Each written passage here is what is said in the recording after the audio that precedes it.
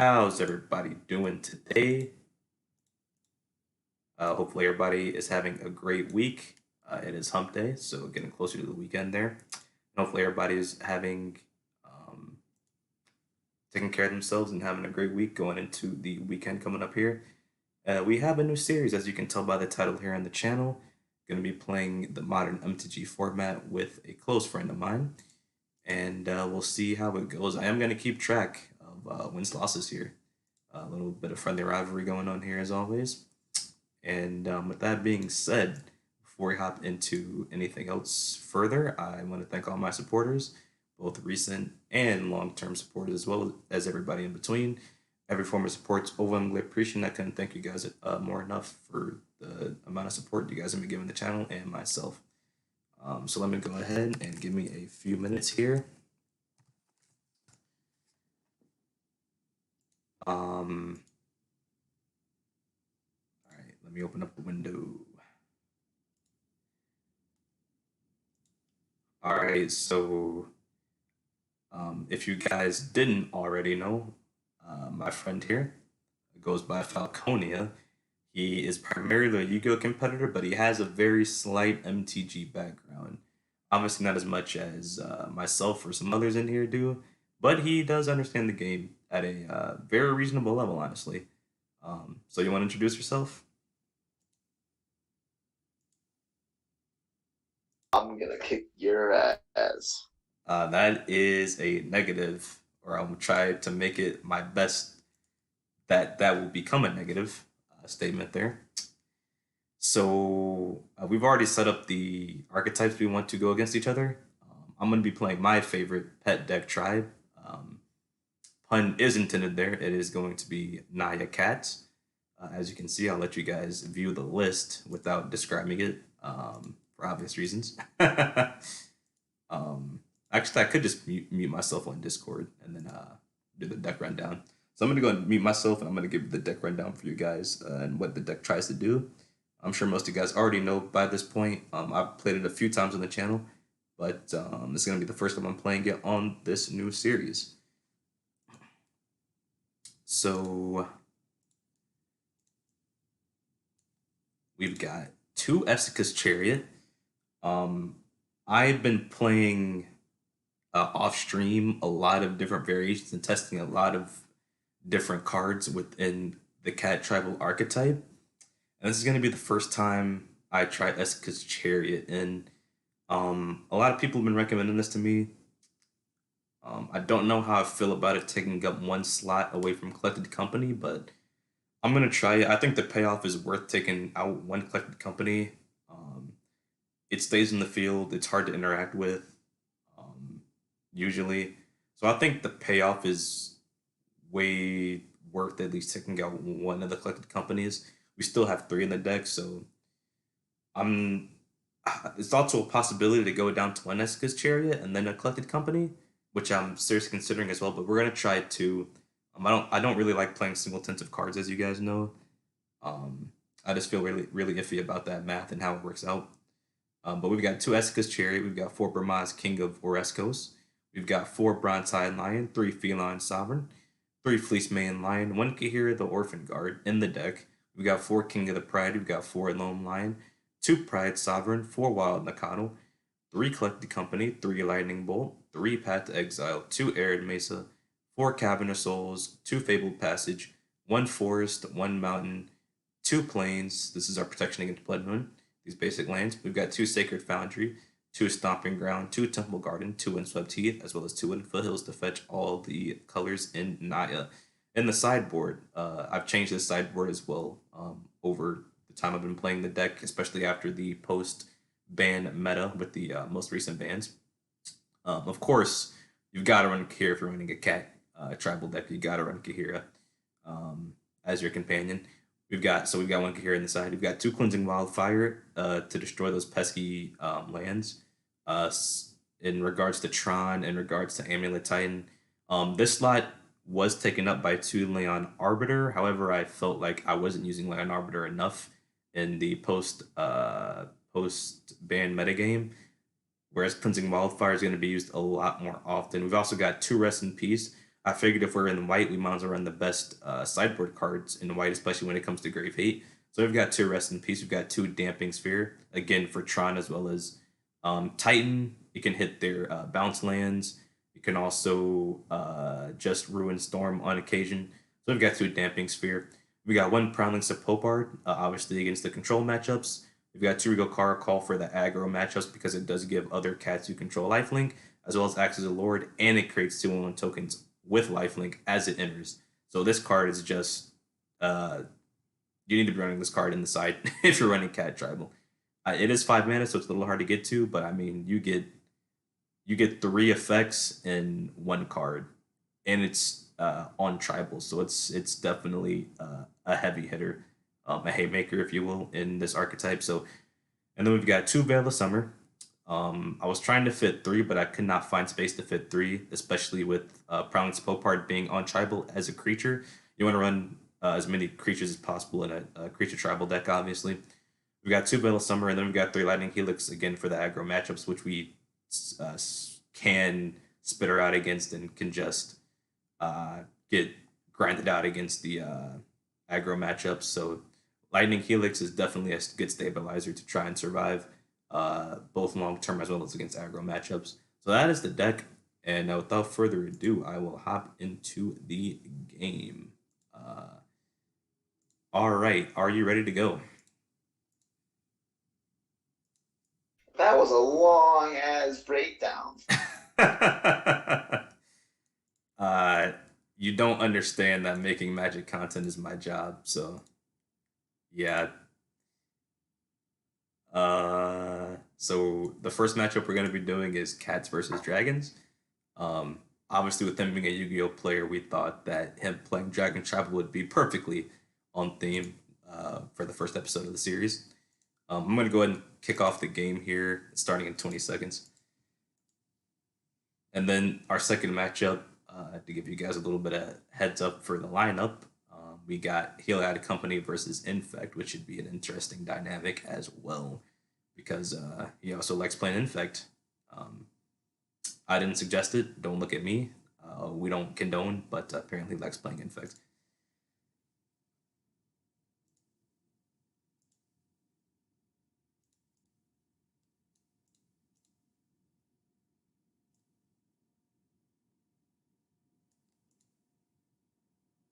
It's my frame. Yeah, my frame's kind of off right now. I'm gonna try and change it.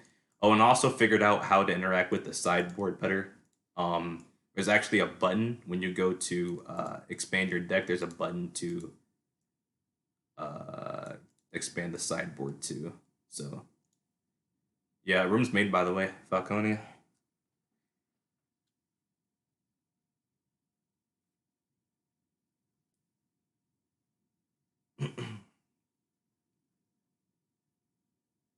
It's up and running. I'm gonna go ahead and shuffle and draw my seven while you get here. And yes, you can check the log to make sure I did not draw it twice and keep seven. Draw two opening hands, I should say, and keep seven on the second opening hand. Uh, Shuffle three times per my ritual, if you will. Draw seven. And of course, it auto randomized to you. If you guys didn't know, we have played before, and for some reason, this man always gets to go first, number one, and number two, this man always has the most beautifully perfect mana curve, even though he has not played Magic as much as some others. But for some reason, he literally always manages to get the essential perfected mana curve, no matter what deck he's in, whether it be aggro, whether it be control, whether it be mid range, and I don't understand it. So odds are I'm probably losing this first game. Um, I am going to mulligan, and I also have to get Kira out of my sideboard before you decide to mull. So are you mulling? I'm gonna keep. Okay. Uh, Ooh, is there no expand sideboard? There we go. Where's Kahira at? There you are. Kahira in the companion zone. And I'm gonna mull this hand away, and I'll keep six, hopefully. It's in the top, shuffle 3 times.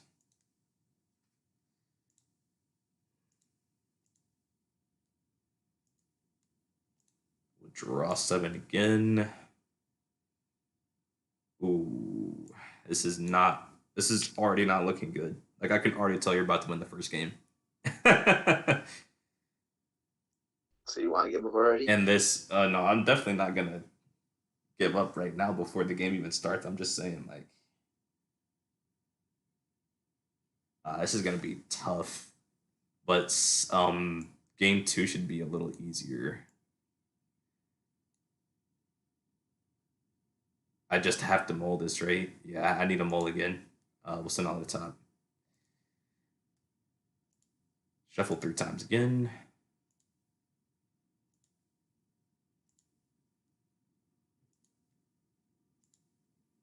Draw 7. So I have to drop 2, but this does look like a keep. I'm already automatically dropping one of these. If I can shimmy it over to my, there we go. So I'm already automatically dropping you because you're the highest TMC. But I won't probably be able to cast soon. This can stabilize me. I think I want to keep these and drop this and drop one of these. I think that's the right option.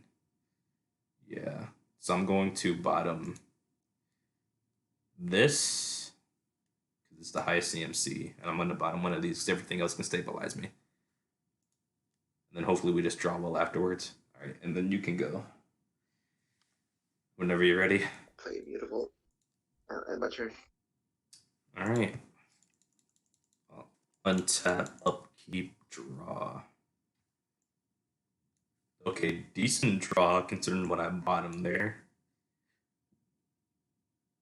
I'll play an Arid Mesa for land for turn. This is such a terrible thing that I have to do against aggro, but I'm going to pay 1 life. Crack Arid Mesa, can search for a Mountain or Plains card. I'll find card and get myself a Mountain or Plains card. In which case, I'm going to get... no, I don't have to get that, actually. Which one do I need more? I think I need the Plains more because I have more white costed spells in my deck, so I'm gonna get the... No, I have to get a forest, yeah. So I have to get a basic forest, so in that case I do have to get a shock land. That counts as green, and it also counts as another land type, so...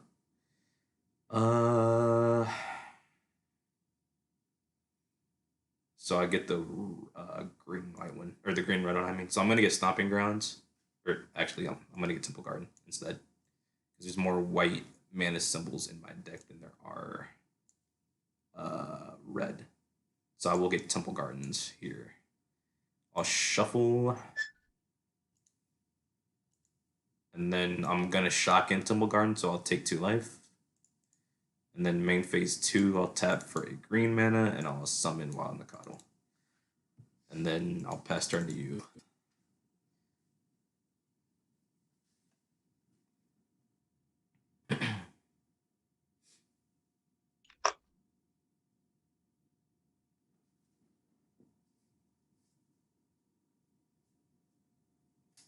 Play Mountain.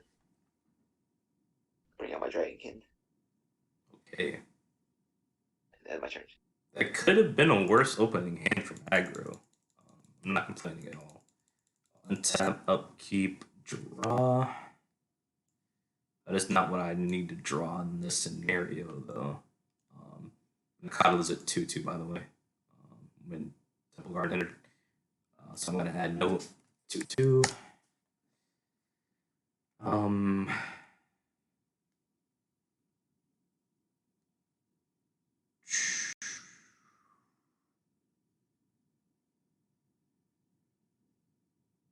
So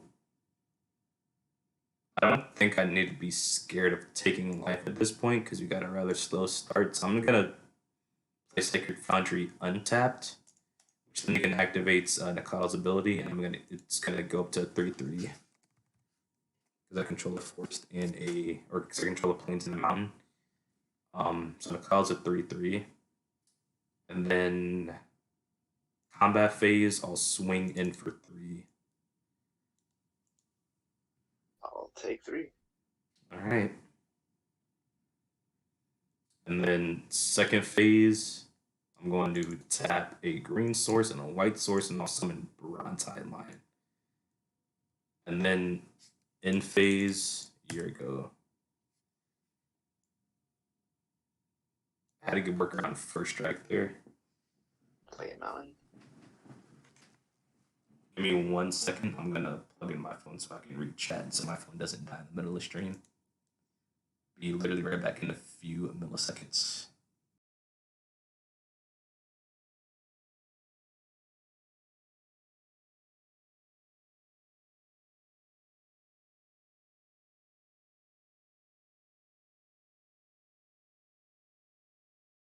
Okay. We can continue. You're tapping 3, 2 of which being red, 1 of which being colorless. Cool. Yeah. I just had to go plug in my phone real quick.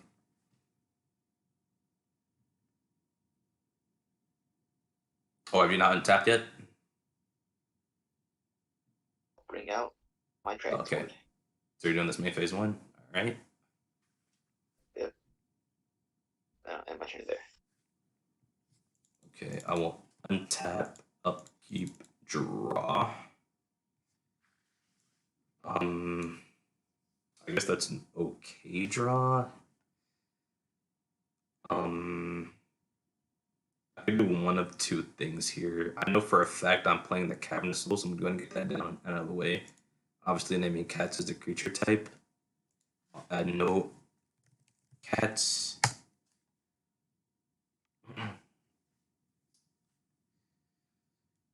And I don't think I have time to just put here in my hand because you're obviously playing red, which is the color of aggro, the premier color. So I think what I want to do is main phase 1. I'll tap 3 lands, 1 of which being green, and I'll summon Pride Sovereign.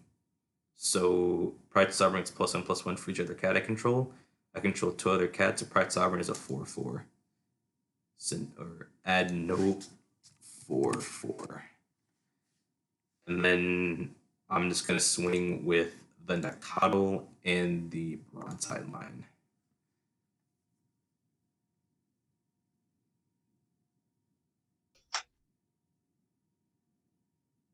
Take how much am I taking? You're taking 3 + 3, which is 6, because I have no lords. Pride Sovereign is, I guess you would call it a reverse lord. It gets +1/+1 for each other cat I control, whereas lords get +1/+1 to other cats I control. Alright. So main phase 2, nothing to do. In phase, here we go.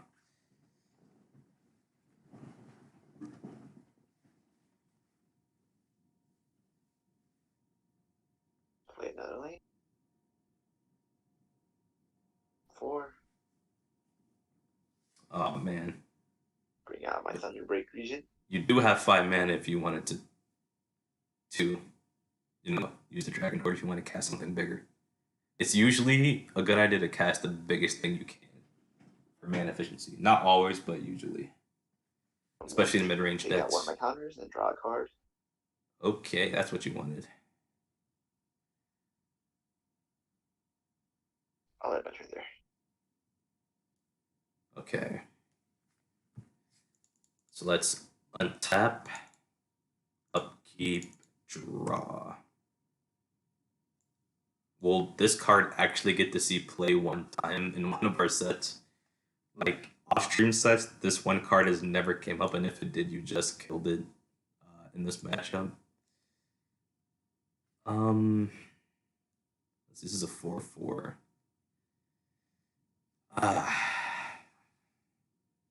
And I can't block flyers now anyways. I know I'm going to play the Fable Passage. So you know how Fable Passage works when you have 4 lands.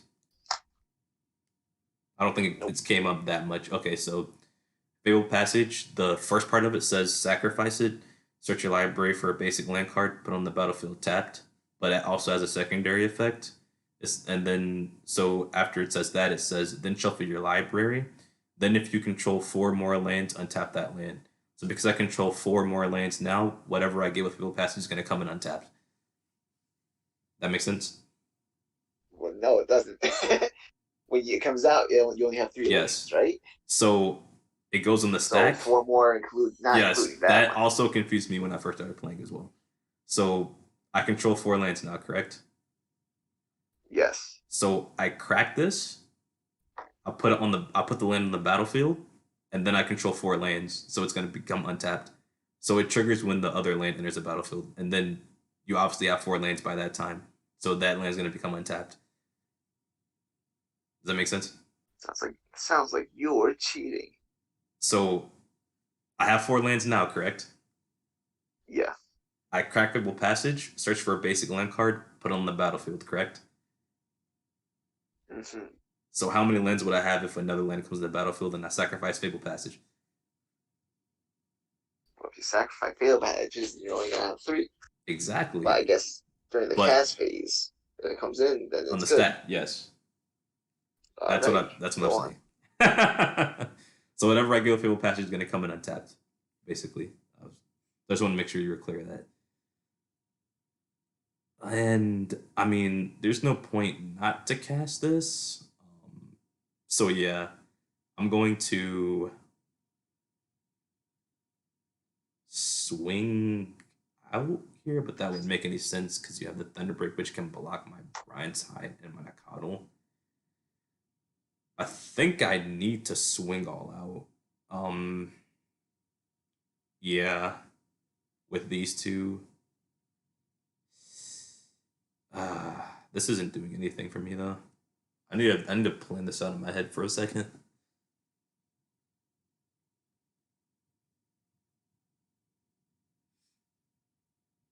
Yeah, so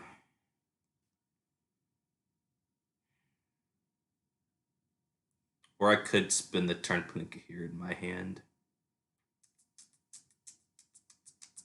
You know what? I think the best line here is to yeah. The best line here is to attack with these two. And then you can go to blockers. Alrighty, I'll take 6. Okay. Not what I would have done there. Damn, sucks I ain't you then. Exactly. Second phase, I'm going to spend 3 mana to pay the companion tax. You know how that works, right? I've explained it to you. Yeah, yeah. Yeah, so it's gonna go in my hand, and then I will end phase, and it's your go. It sucks not putting this card in the field, but I need the Lord more than anything else in that scenario. Especially since I can't block your flyers anyways. Play a mountain.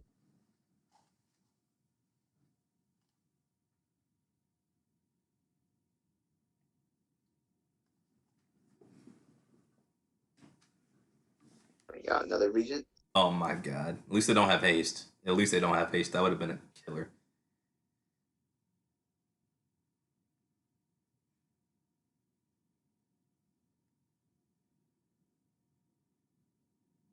Tap this, get a card. Nice. Then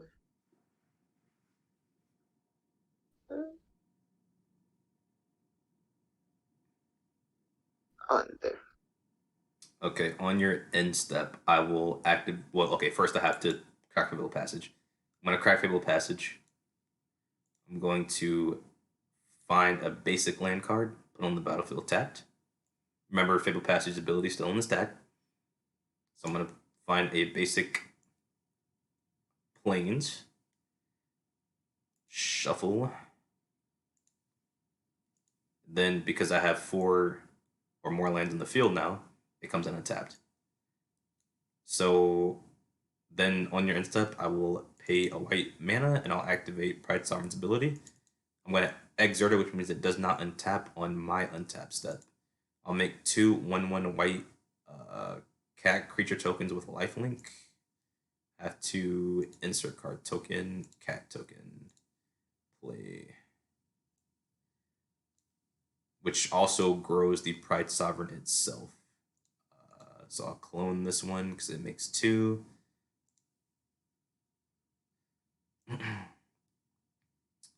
And Pride Sovereign is now a 6/6.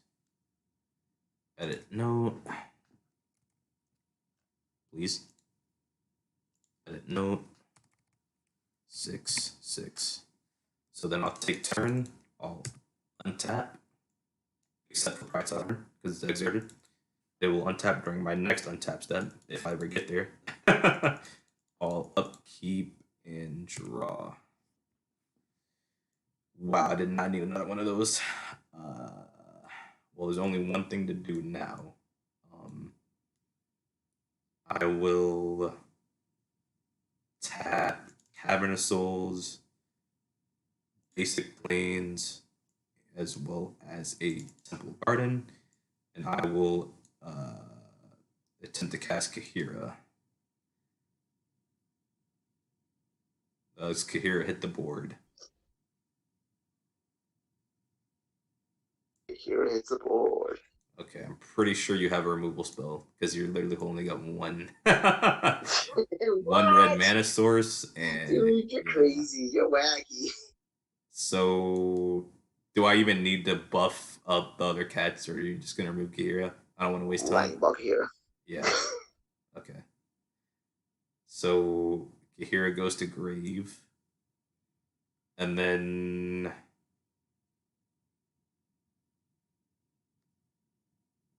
well, there's no point in me holding back. These are 1/1s though, so the way first strike, you already know this, but just to clarify, I can't gain life if I can't do damage to you or to one of your creatures, and because first strike triggers first, and you're doing the damage first, lifelink won't trigger because I won't get the chance to do damage back if have a 1/1 lifelink cat.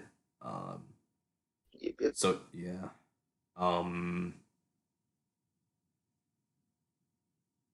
But then again, I can't block flyers anyway, so I'm just gonna swing all out. There's no point in me holding back, so I am just gonna swing all out. And these cats can attack because they were up there for one of my upkeeps, so they're on your instep. Raging will kill your Nikado and your Bronze-Hide Lion. Okay, hold on, wait. Berserker. So, blocks. So what are you blocking first? Your Nikali with Raging. Okay, so Nakado dies. Then your Bronze with my Raging. Okay, so Bronze has a death ability, an activated trigger, or an activated ability that triggers. When it dies, I can return to the battlefield, and it's an aura enchantment. So aura enchantments are kind of like equipments, whereas they attach to a creature. So I'm going to decide what creature I want this attached to. I have to keep in mind it does lose all abilities if I make it indestructible, though. Which, it'd just be a 2/2 indestructible. That's not good. And these would lose a lifelink, which is pretty bad. So, I guess I'll just strap it. Like, it seems kind of useless right now. Yeah. Well, at least it's a reward, or at least it's like a kind of a payback when it dies, so it's not completely useless. But I have to be careful here where I want to attach it to.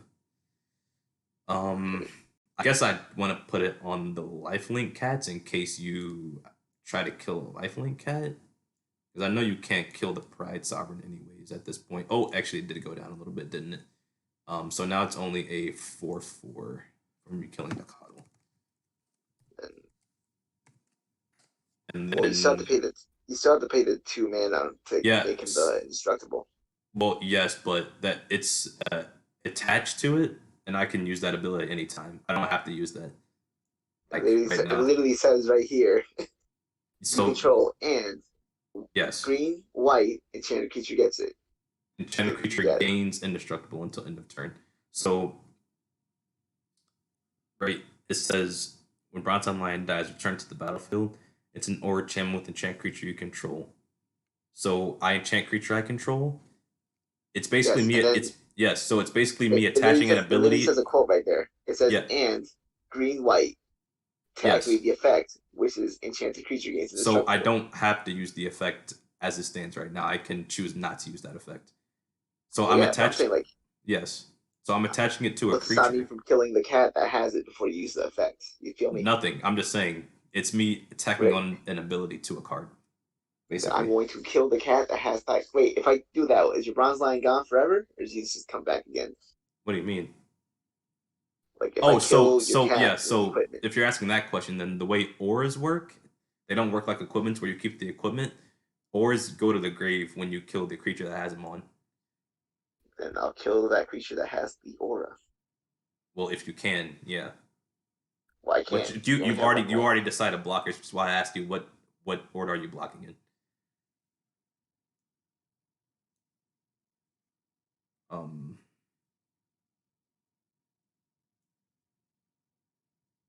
so I guess the best thing to do is just to put it on the Pride Sovereign in case you have that 4 damaging spell. I guess I'm gonna put it on the Pride Sovereign. Um, Then I'll block one of your life links, and I'll take one. You'll and then gain I'll one. yes I'll gain one.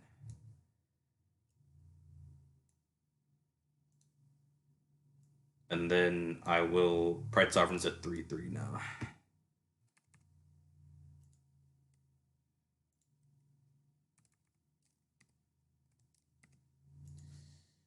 Okay, and it's a year ago.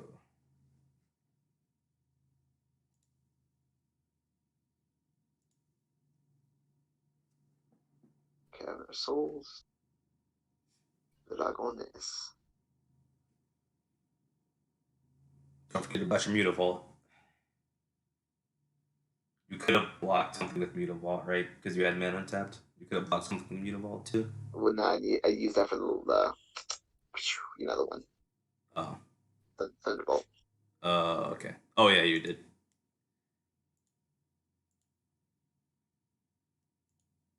So attack one. I'm gonna lightning bolt your Pride Sovereign. Um, I cannot realistically win from here, so we're just gonna go to game 2. All right. That's how the matchup goes. We both know this.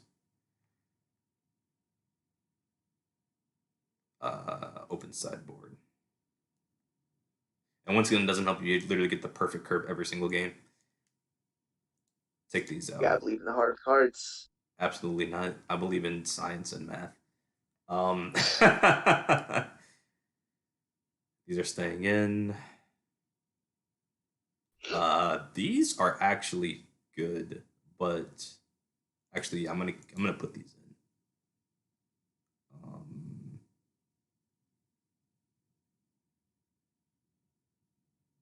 I think I'm taking these out here because they're 4 cost.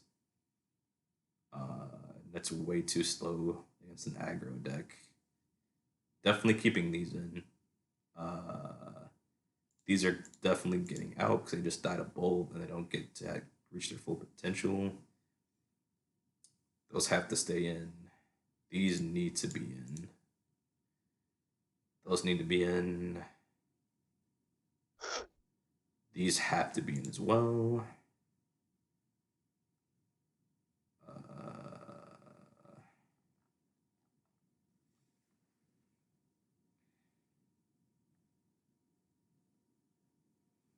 Do another rundown real quick. And I saw that mulligan. You're dropping one. Yeah, that's the plan. What? Trying to sneak a free mulligan out here. Well, nah, I'm just gonna do it instead of waiting for you to do whatever you're doing. You don't understand. This is a terrible matchup for me. I have to be perfect with the sideboarding. Even then, I'm probably not gonna win. I definitely will be going All first right. if you didn't know. Hey, you do whatever you want. I got my mulligan here. Let me get here out of my sideboard. Are you keeping 6? Yep.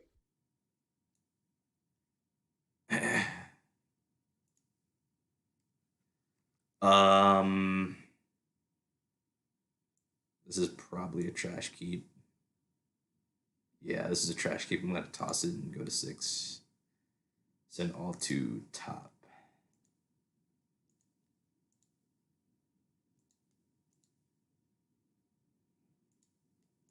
Draw 7. Okay, this is not bad, but I have to decide what I want to drop, and I need to order my turns. So turn 1, we go U into U. Turn 2 is this.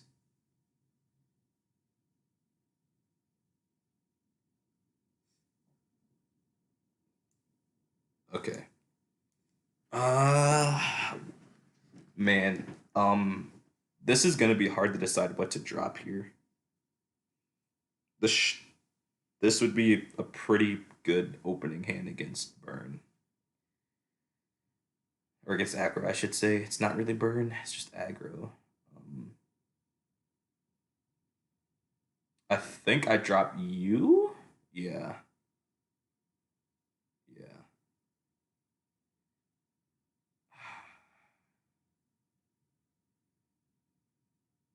You would die to a bolt regardless.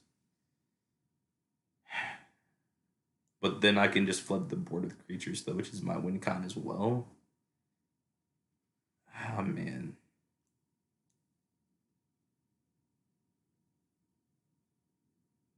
I don't want to drop any of those because that's my win con. So I guess I have to drop you, even though you're a really good card. I have to drop you because I can't forfeit my win con here. So I'm gonna go first. I'm gonna go Windswept Teeth. I'm gonna crack it now. I already know what I'm getting now. Fine card. I'm getting a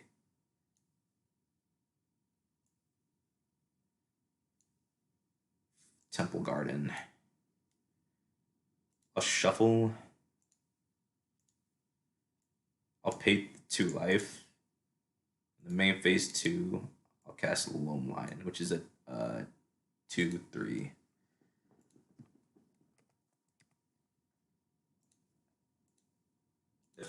If it will let me add the note, please. Thank you. Add note 2, 3. All right, and then it's your go.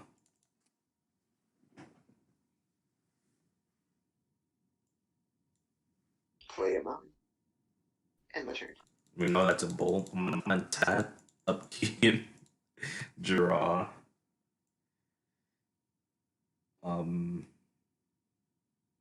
Yeah, I'm just gonna swing now.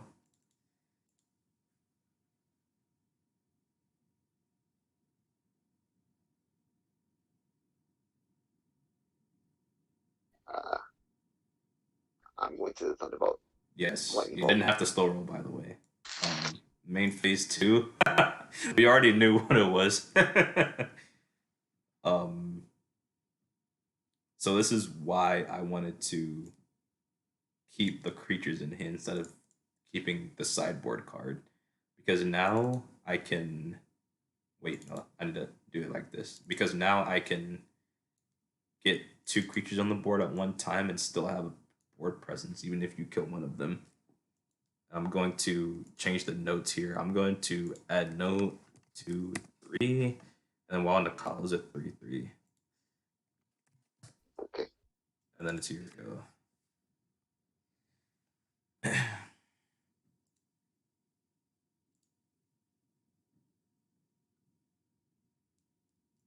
And it probably has 2 more bolts, which would be the absolute worst scenario. Or Going to yes. Lightning Bolt. And then do you have the other one as well? If you have the other one, it's Yeah, probably just yeah. So that was absolutely worthless and did not mean anything, which is how burn matchups usually tend to go. So let's go on the second set. You just give up. I literally cannot come back from that. Unless you have a trash hand after that, I can't come back from that. All right. Actually, So what okay, next I will deck? try Or you to. I want will to keep going? try to. All right. Which actually, we know that you're down bolts and you're probably not drawing another one for the rest of the game. So maybe I can come back. Maybe that is a little bit too early of a concession. So was that on your? That was on your turn. Yeah. Okay. So untap, upkeep, draw. Okay. And I'm also missing land drops. Isn't helping at all. So I just have to play mana efficient here, I suppose. So I'm gonna play a Bronze High Lion. And here we go.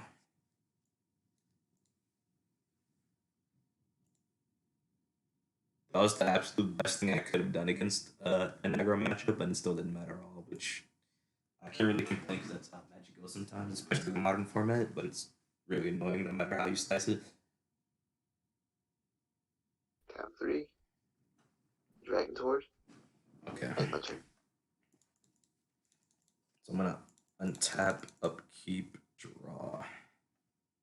Still no lands, which is fantastic.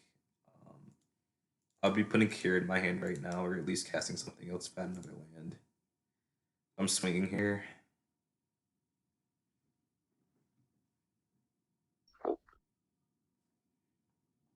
Take 3. You literally cannot beat this guy because he literally has a perfect curve in every deck he plays. And him playing aggro doesn't help at all because they have low curves regardless.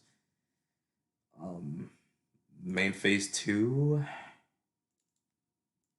Summon in a coddle, which is a 3/3.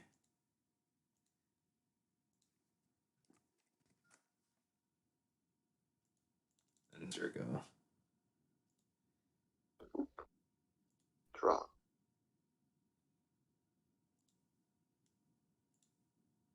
I can't believe they actually. This would actually never fucking happen in paper. Dragon King Berserker. Okay.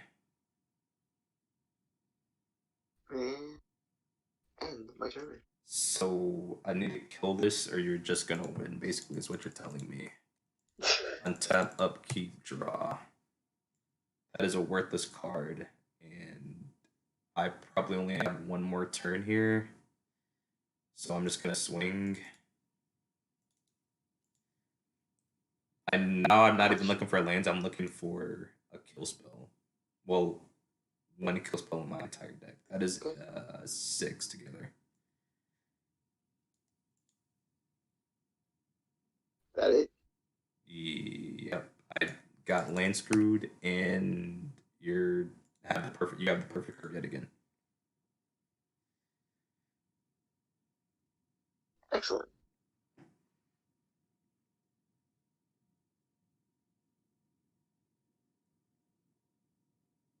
So I'm gonna attack. So you need to attack first and then activate the ability afterwards. Alright, well then I'm attacking first. Yes. Now I'll activate Boost. Alright. Dragon. I guess I should have kept something untapped to kill the Berserker in this phase. That would have probably been better. So you wouldn't attack. So my token can't attack first turn unless it has haste, right? It cannot. That is correct. Cool. Alrighty. Alright, so I recognize a tiny mistake. I'm gonna draw. Once again. Alright, since I got a dragon up, I'm gonna add a counter. Yeah. This is just I'm just delaying the inevitable here because I'm being land screwed on top. Well, it depends on what your last 2 cards is, I suppose. Also, suppose I just get more dragons out from the Boost. Well, not if I leave it blocker, which is what I'm gonna do now because I can't swing in anyways. So I'm just gonna end, and then it's your go. And then if you find a bolt, well, I guess there was a point to swing with both last time if you had a removal spell, and now you probably have a removal spell. So 1, 2, 3, 4, 5, 6. Bring out my legendary dragon. Dragon Queen. And I cannot deal with that, so I'm just gonna not waste everybody's time. Yeah, I was gonna say that. Yeah, that's game. Yeah. So we're going to the second match, which is gonna be Haliad Company versus Infect. That's probably the worst. Definitely the worst game we've ever played, and it got it on stream. So congratulations. Ultimate defeat. So now I'm gonna fuck you in the asshole raw. Actual getting deep inside your anal cavity. Let's shuffle through. About 8 to 9 inches deep inside of your anus, through your digestive tracts, and now through your fucking mouth. So we'll shuffle 3 times. We'll draw 7.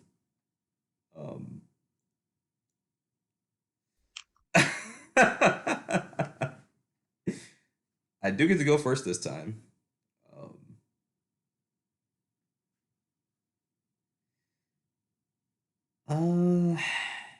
I think this is way too slow. I'm gonna mulligan this. Are you keeping?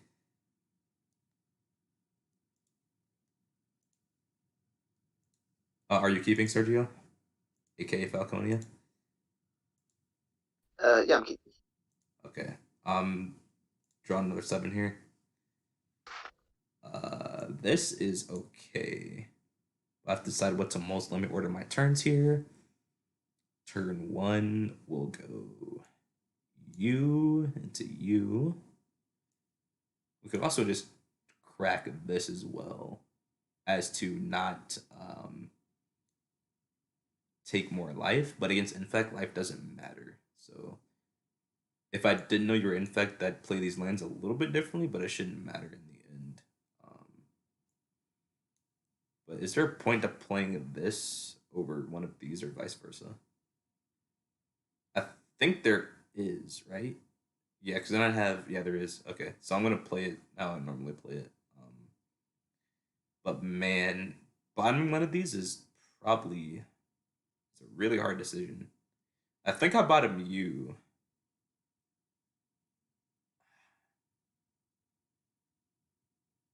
Man.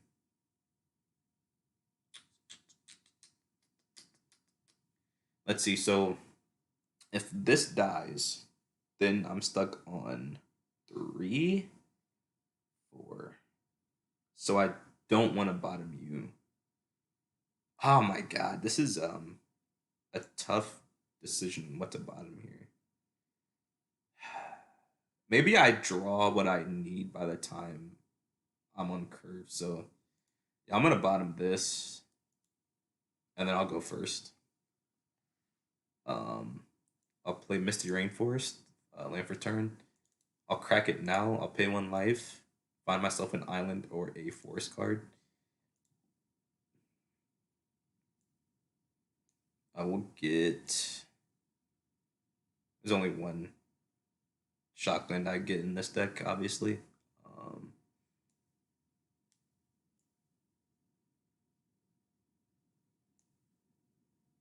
I'm gonna get Temple Garden.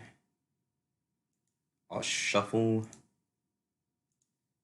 Temple Garden comes in untapped. The main phase 2, tap for a green source and cast Arbor Elf, and then it is your go.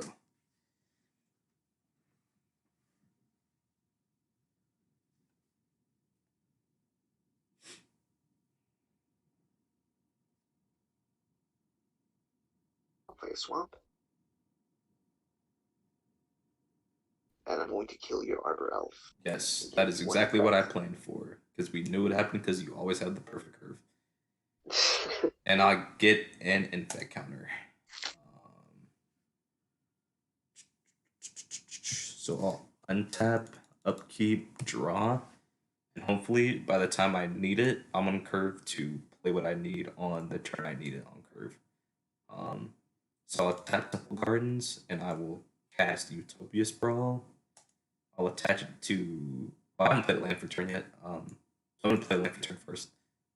I'll play one sub teeth for land for turn, and then there's no point in cracking it now. Yeah, so I'm just gonna tap Temple Garden. I'll attach Utopia Sprawl, the Temple Garden. I'm going to annotate. Whoops. I'm gonna annotate white. Yeah, because I have no. Well, Spike Feeder's double green. But it doesn't matter because I have both of my colors in play, and the odds you having land destruction and black are pretty low. Except for Assassin's Trophy. So I'm gonna annotate white here.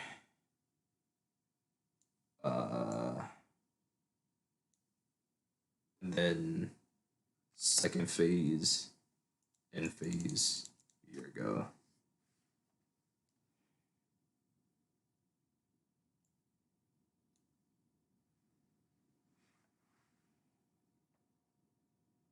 Play swamp. Tap one. Play my Relic of Progenitus. You know that's a sideboard card, correct? Your face is a sideboard card. So exile one of your graveyard cards. Yu-Gi-Oh players don't understand that everything that draws cards in Magic isn't necessarily good. So this isn't even a real matchup. Yeah, you're right. Exile all your cards. Fuck you. Why would you do that? Exile all of them. All of them. So that would only be good to bring in main board. Exile. If I was an actual graveyard deck. So let me tell you what you just did. You literally spent your entire turn, which is turn 2 in Modern, which is basically halfway through the game being over. You literally wasted an entire turn. Damn, it's gonna look real fucking weird when you lose. I might, but as a general rule of thumb, it's usually not good to waste your entire turn 2 in Modern. That could have been That could have been anything else besides that, and it would have had a greater impact on the game. I'm gonna untap, upkeep, and draw. Oh wait, my bad. On your instep, I'm gonna crack. What's up, teeth? I'm gonna fetch a I just flusterstormed by your play. I forgot to crack on your instep. If you want me to draw another card besides the one I just did, I will, because I'm supposed to shuffle before I draw. If it was on your instep, so let me know if you want that. I'm fine. Okay. So yeah, Temple Garden's gonna come in tapped, and I'll shuffle now, and I won't draw. Obviously, it's already drew for turn. This comes in tapped, and then I'll untap, upkeep, and I already drew. So I have 3 mana to work with here. There's only one thing to do here. Play Heliod, and in phase. Here we go. So if you were anything else besides a black deck, I would have chose a different route because I don't want you discarding Heliod out of my hand.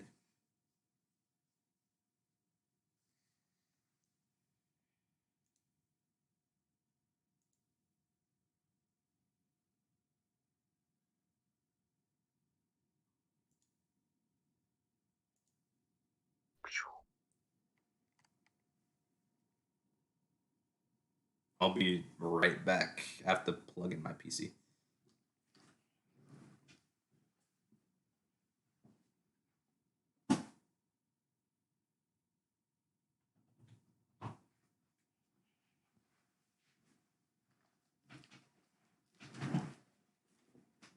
Okay. Back. And is that your whole turn, I assume? Yeah, my turn. I'll untap, upkeep, draw. And against Infect, there's no point in playing this because life does not matter. I'm already at 1 Infect trigger. So I'd rather produce a blocker as well as get effect off ETB, which is what I'm going to do now. I wish I drew a land, but that is not the case as it goes. I'll play a Ranger Captain of Yas, and you already know what I'm doing with this, I'm pretty sure, because you played against this deck quite a few times. Yep. Alright, so Ranger hits the battlefield. I'll go ahead, find the star of the show. Sonic? Absolutely not. Walking Ballista. I'll shuffle. This goes in hand, and then of course I'm gonna put a stop at your upkeep. Um, so actually, I'd rather have this as a blocker though. So you're good to do what you want. 'Cause I need a block against it. Well, it's protection from white, so there's no point in doing that. So I'm gonna put a stop at your upkeep. I just don't have protection from red and white. So you can untap, and then I'm gonna stop you in your upkeep. That's like a dick move. Well, I have to because I'm not gonna get any value out of this Alright, creatures. untap, upkeep. So in your Oh, upkeep, I will no response? sacrifice. In your upkeep, I will sacrifice Ranger Captain Nivias, and you cannot cast non-creature spells this turn. Okay. I'll draw.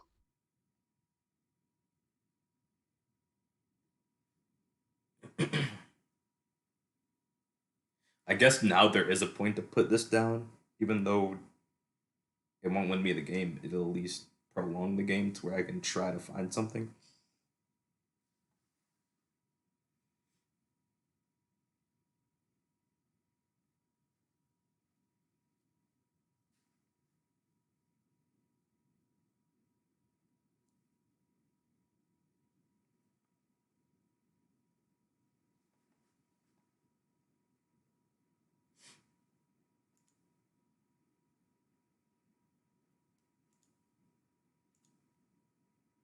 This goes to grave, by the way. I don't know why I went to exile.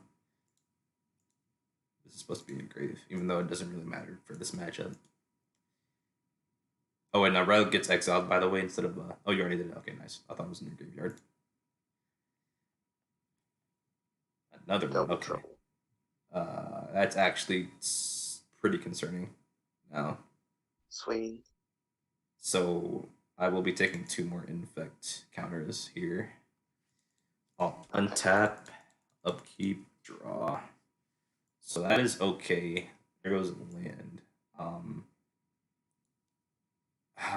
It's probably worth.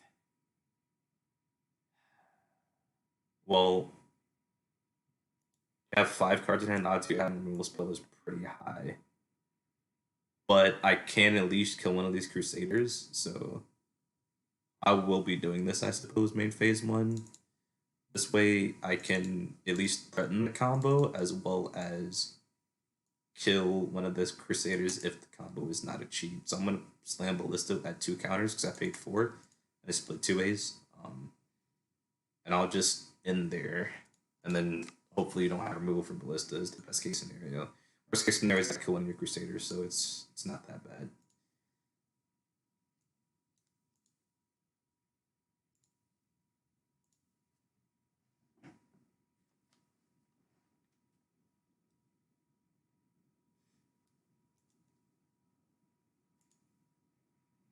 So right now he's 2-2. He's a 2/2, yes. Which means collective brutality. Fucking awesome.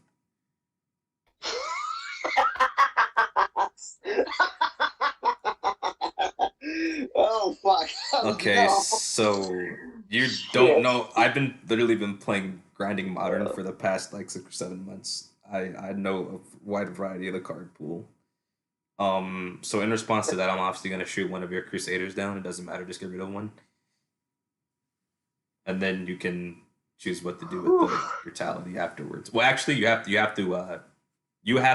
as you're casting spell, have to decide if you're gonna escalate first or not, and choose the targets first, and then I can react to it. So go ahead and decide what you want to do with the collective brutality. Y'all just use the one to kill him. So no escalate. Okay. No escalate. So I'm just shooting down with the Crusaders then, obviously. Okay. And the Ballista goes to grave.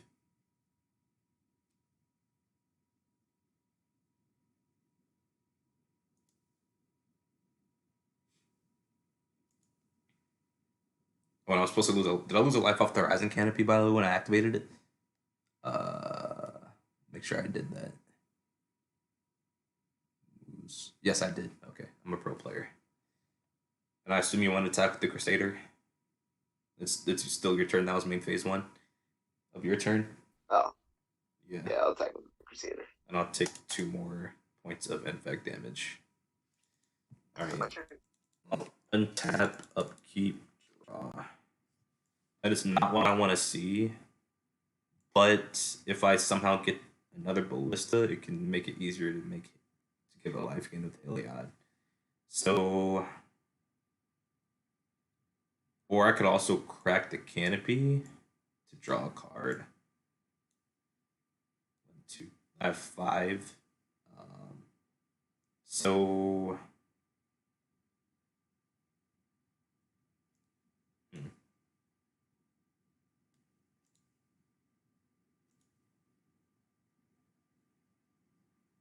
Yeah, I think the best thing to do here is to just pass the turn.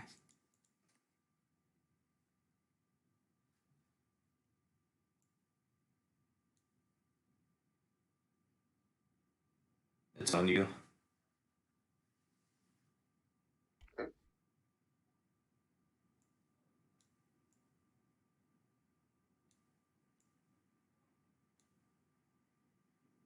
So he's not a creature right now, is he? He is not. It takes 5 devotion, and right now only have 1 devotion to wait. So what the fuck is he considered then? He's an enchantment as it stands right now. It's just an enchantment, an indestructible enchantment.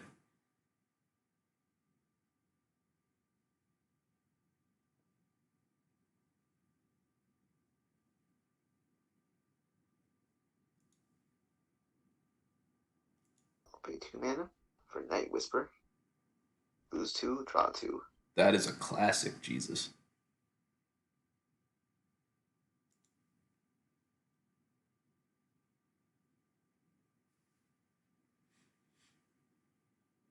Then I'll play Inquisition of Knowledge. Or of Um, Kozeliek. So in response to the Inquisition, targeting me, obviously I'm gonna do this. I will tap. Well, I have to do this first, which is in the deck, thankfully. I'll pay 1 life and search for a basic land card. So find card. And I want green because my Utopia Sprawl says white, so I want green here. So I'm gonna get a forest. I'll shuffle. And then I'll tap 1. That's 2 sources. 2 mana sources. 2, 3, 4. I will collect the company at instant speed. I will look at the top 6 cards of my library, put 2 creature cards converted mana cost 3 less from among them on the battlefield, put the rest on the bottom in any order. So I will view the top 6 cards. I will scry 6. I will get 2 creature cards, 3 CMC or less. So I will get Spike Feeder on the field first. And it's with 2/1/1 counters. And then I will get Auriok on the field. Oh wait, no, I should do this differently. Life gain doesn't matter though. Well, actually, it does here. So I'm gonna put Auriok on the field first, and then I'm gonna put Spike Figure on the field, so that way Auriok triggers. So, Auriok triggers. I gain 1 life, and then because of Heliad, I can put a counter on a creature. In which case, I will put a counter on Auriok Champion. So Auriok Champion is a 2/2. I could put a counter on Heliod, but I'm pretty far away from turning Heliod on. And then Yay. I'm pretty far from turning Heliod on. And then I could just get infinite. Yay. Hold on. Let's see, gain life.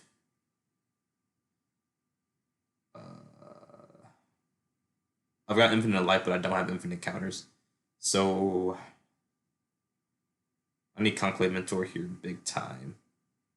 And when Conclave Mentor enters, I'll have 1, 2, 3, 4 devotion. So I don't think there's a point in putting the counter on Heliod anyways. But then again, you're a mono black deck, so there's no point in putting the counter on Auriok Champion now. So I'm just gonna put the counter on Heliod. Because it does say creature or enchantment, if you didn't notice. Because I've never done this line before, but this is the optimal line, I think. And then I'll put the rest on the bottom in any order. So I'll send to bottom, and then I'll send these to bottom as well. We'll do it like this.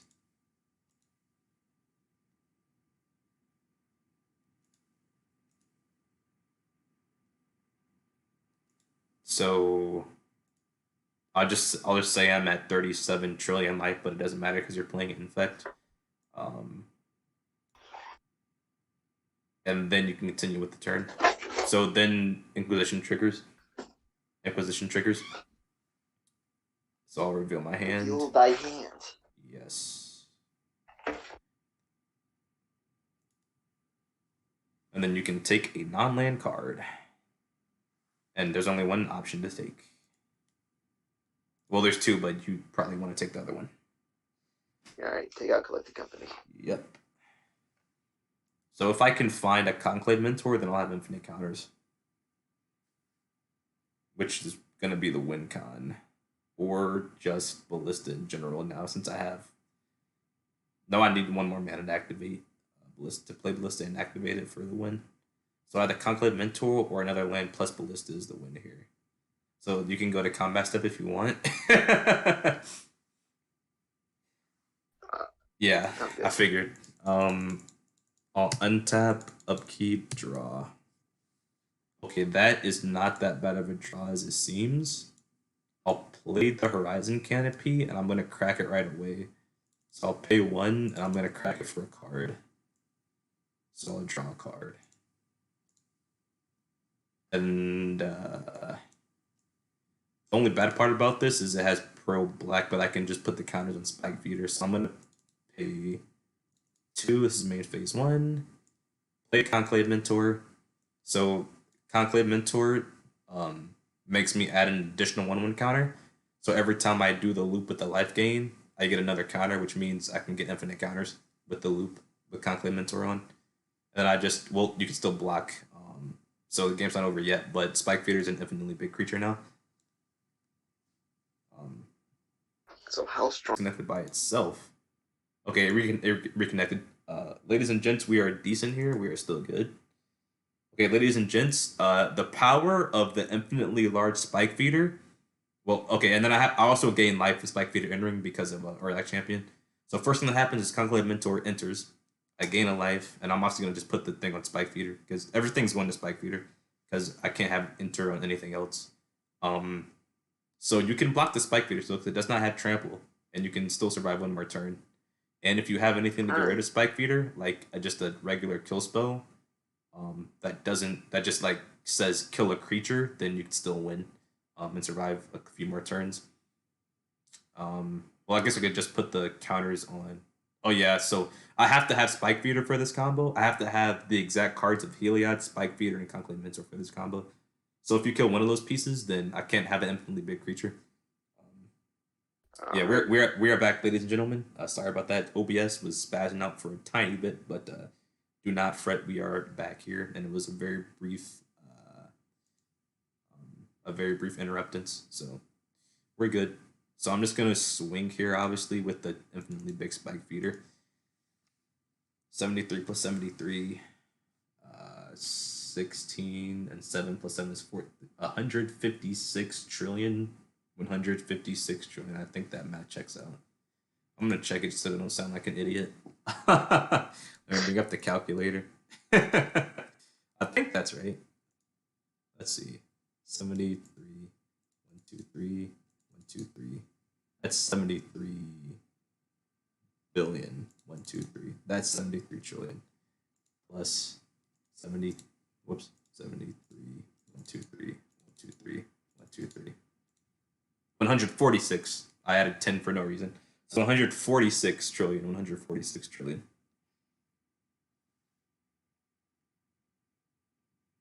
None of that matters. I mean, it does. 21. You can. It doesn't have trample. You can survive one more turn. Well, so if you take care of any of these pieces, the Heliod, the Spike Feeder, or the Conclave Mentor, the game still goes on as usual. So yeah, you're obviously blocking. Okay. Second phase. Well, it dies, of course. And actually, Spike Feeder gets a minus counter, so that's actually important from the infect damage, which means, yeah, Spike Feeder actually, well, no, yeah. It just removes 2 of the 100 whatever trillion, so yeah. Because these are counters and not base power toughness, so infect only It'd be better if infect affected the base power type instead of just the counters. So yeah. And then in phase, year go. So if you get rid of any of these pieces on the field, the game still goes on as usual. Especially, you could probably get rid of the conflict much for the easiest. Wait, so does he still have an infinity attack or whatever the fuck he has? I mean, yeah, they're counters. He still has them because they're counters and not base power toughness. Unfortunately for you, I didn't think about that. I was trying to give you some leeway, but I didn't think about the fact they're counters and they've already been put on the creature. So you have to have a kill spell for Spike Beater. It literally just says destroy a creature. Like you have to have a murder or something.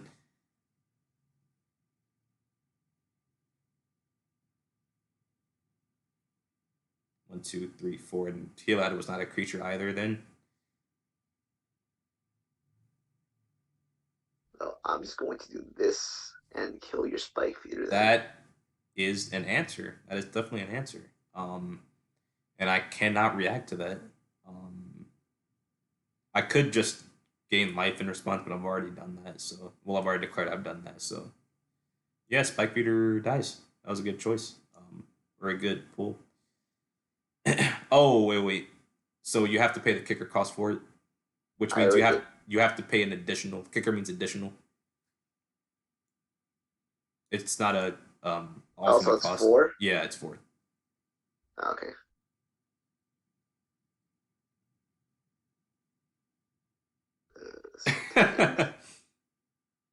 Do you have another? Have you already played your land for turn?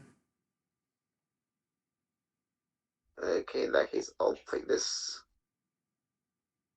Dude, are you serious?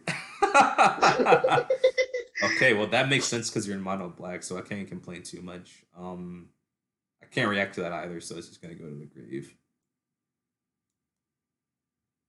So that was a pretty good answer, and we know you have Blood Chief's Thirst too. What? No, you don't. You probably want to kill the Conclave Mentor now with Blood Chief's Thirst before I get a chance to react. Because it is a 2 CMC or less creature as well. Which means you can pay the 1 cost for Blood Chief's Thirst. Yep. Of my own revision idea, I'm gonna kill your Conclave. Sweet. So now I'm forced to find another Conclave or find the Ballista. And even then the Ballista won't be enough to kill you in 1 turn because I only have 5 mana and I need 6 for the entire combo to play in 1 turn to put Ballista on the field as well as activate Heliod. So I guess we're doing this. And I don't want any of my cards discarded, so I'm going to play it like this. I'm just going to play Arborel first. And now I do have enough mana if Arborel stays on the field to play Ballista as well as activate Heliod's ability. And then, or I could actually try to find, I could crack Horizon Canopy. And then I'm looking at how much mana? 1, 2, 3, 4. No, then I'll be looking at 3 because Horizon Canopy is going to be, because the mana I used to activate Horizon Canopy is going to be tapped. So I'm looking at 3 mana then. And then I still have 1 card in my hand that I might get discarded. So I'm actually going to do this. I'm going to, well, first I'm definitely going to attack you. With the Auric Champion. Ouch. Yeah, well, it's damage, and damage is damage. And then I'm going to play Spike Feeder. Or my bad. I'm gonna play the Arborel first, and then I'm gonna play the Spike Feeder. So I gain a life off of Auric Champion, which doesn't matter now. But I'm gonna put the counter on. I'm gonna put the counter on Auric Champion this time because now it's my beater. So I'm gonna put the counter on Auric Champion from the life gain. Add note. Add counter 1. And then. Oh wait. So I play Spike Feeder. Yeah, it's only when another creature enters, so I can't do infinite counters off the Heliod, right? Whenever I gain life, put one counter on target creature enchantment I control. Oh, I could give this. Okay, so I think I might have the win. I could give. So yeah, give that the counter. Then I'll play Spike Feeder. But then I can't give anything else. Lifelink. Yeah, I can't do infinite counters without Conclave Mentor. So I'm just gonna play Spike Feeder and it's with two counters, and I gain a life from the Spike Feeder entering, and it triggers the Aurillac Champion. I'll put the counter on Aurillac Champion. This is tap, by the way.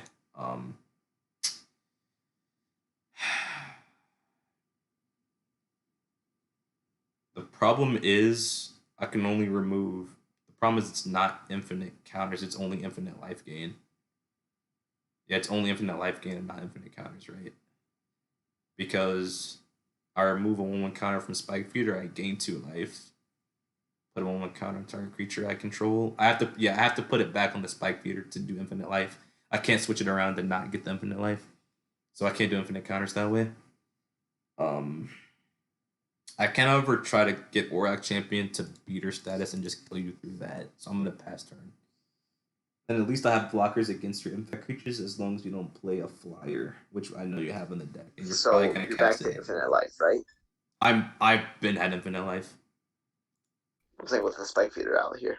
Yeah, but it doesn't matter against Infect though, which is why I like this matchup because it actually has a good dynamic on it. The only thing I can do infinite counters with is Conclave Mentor because it adds an additional counter, which means Spike Feeder won't die if I take off the 2 counters. It'll just get a +1 every time I do that loop. So right now your Aurillac Champion has lifelink, right? Or no? Nothing has lifelink. It's just when a creature enters the battlefield. Oh, it's any creature in the battlefield I gain a life. So how long has it been here? Not you haven't played a creature since it's been here, right? Yeah, because I haven't played any more creatures. Yeah, okay, so that's fine. So yeah, it's tapped and doesn't have lifelink.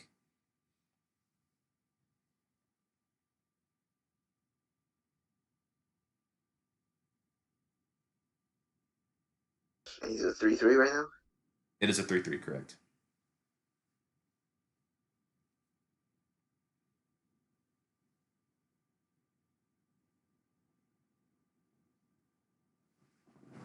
This matchup's getting spicy. So kill your Arbor Elf, giving him a -1. It has protection from the Arbor Elf, okay. Your Arbor Elf? Alright, yeah. So that makes sense. And then eliminate your Spike Roller.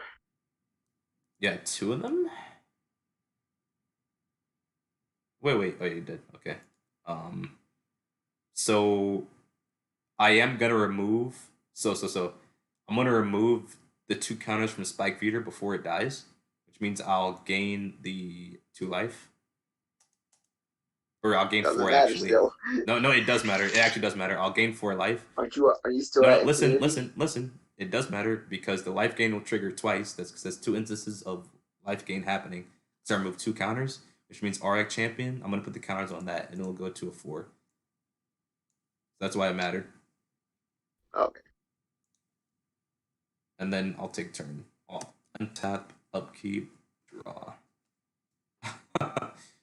I mean, sure. This could definitely work.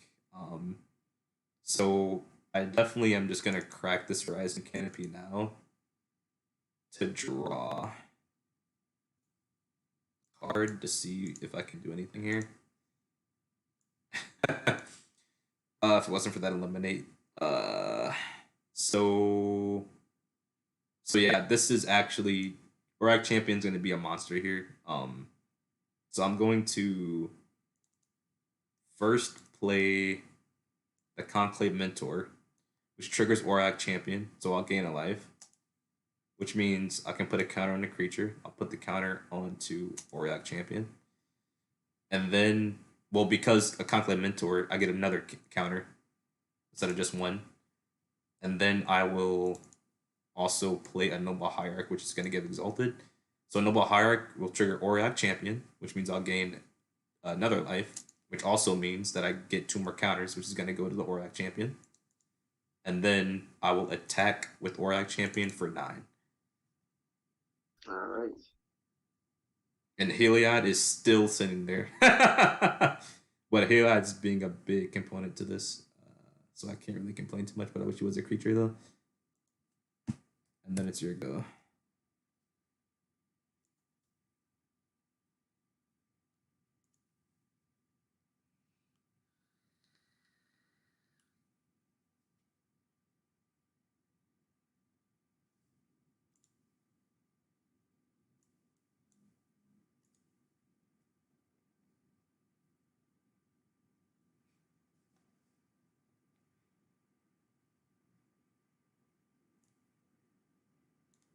Conclave Mentor finally doing something in game one. It never usually. I always take this card out for game two, but it's actually doing a lot in game one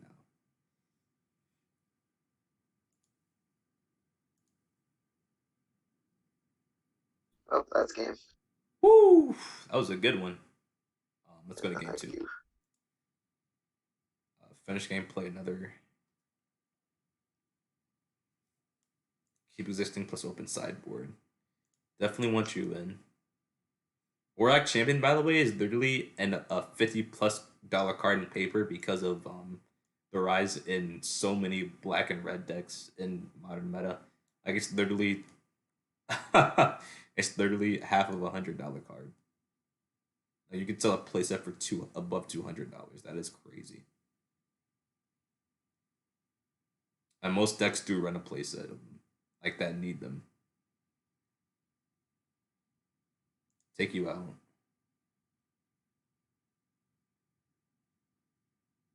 As much as you help me in game when I'm taking you out. Put you in.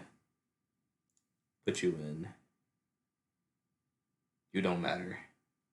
You do not matter. You might matter here. No, because the pro white thing is gonna ruin this plan. And then you don't really matter at all either. You do matter. And then I want to decide what I want to put in from the trash pile, pretty much. You. I think we want a number of you, and then we also want a number of you. So we have that option again. Okay. And then save. Shuffle. Shuffle.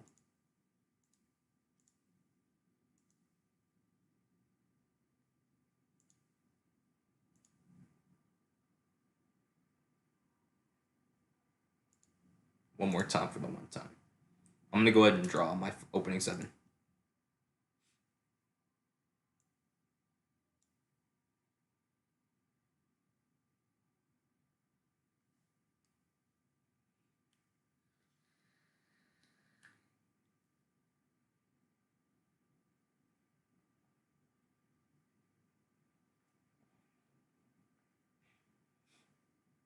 Are you keeping? I'm keeping. I will keep as well. So it's on you. Play land, and I'll end my turn. Off untap, upkeep, draw. I'll play a 1 sub teeth. I'll crack it now. And because my life total literally does not matter against Infect, I'm gonna find myself a Temple Garden. And I'll shuffle. The Temple Garden's gonna come in untapped. I'll tap it for a green source. Attach Utopia Sprawl, and I'm gonna name white. No. White. Because Temple Garden is considered a forest, so that is a legal play. And then it's your go.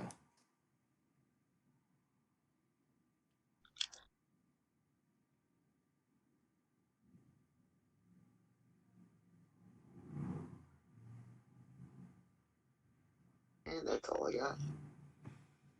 All right. We know you kept the protection by protection right creature. I'm gonna untap. Upkeep. Draw. That is not what I need to see at this point. But I guess it's actually it is kind of what I want to see. It's not that bad of a draw in hindsight. Um, I'll play a forest, and then second phase. Wait, what do I want to do first here? Um, this is gonna be pretty hard getting. Well, oh, you didn't even open any discard spells though, but you might be holding them. So yeah, I think the best thing to do here is to try and do this line. I'll play Ranger as I enter the battlefield. Ranger's good. Okay, so I might actually think about what I get here. Um,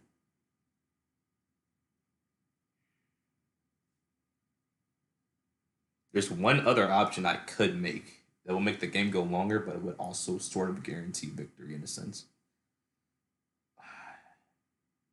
But if you have a discard spell, it's just well, I could sack Ranger to prevent that.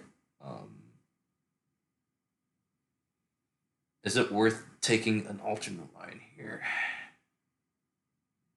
Let's see. I sack Ranger. Next time I have 4 mana. Still won't be enough to play that and play the creature I don't want discarded. So yeah, I don't think it's a point in taking the alternate line though. Well, maybe there is because I have this. So yeah, I'm gonna take the alternate line actually. I'm instead of getting ballista, which is what I get 99% of the time, I'm going to get. Where you at? I know I put you in here. There you are. I'm gonna get this. I will shuffle. Um, this goes to my hand. It's Giver Runes. And then in phase, and it's your go. I'm gonna stop you in your upkeep. Wow, thanks. Awesome. I just don't want you discarding what I literally just fetched for. That's like the worst thing.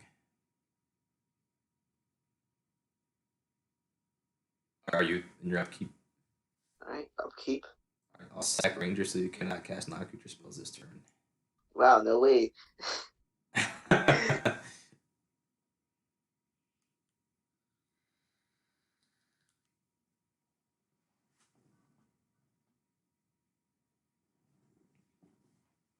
A lot of people don't understand that there's multiple ways to play this deck and not just going for the combo immediately. Sometimes you get rewarded for not going straight for the combo. Um, like here, I'll play. I guess it doesn't really matter what I play. I'm gonna play the planes first because I guess I need more light. Um, and then main phase two, I'll play. Oh wait, I don't want to take any infect damage though. But then again, I don't want you discarding my hand, so I have to play it like this. I'll play. Oh, but then again, you could just kill Giverins before it has a chance to tap. So I guess that's your window of time. Um, but I did try to make it as tight as possible on you. So I'm gonna play Heliod first, and then I'll play Giver Runes. So hopefully that's enough protection. And hopefully we don't get punished for this because here's your window to kill Giver Runes. By the way, if you didn't know, if you have the ability to, I'd definitely kill Giver Runes here.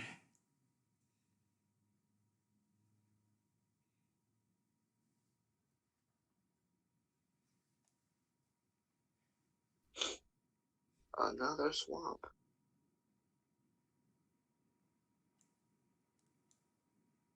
Also, fuck her. Yeah, okay, that's fine.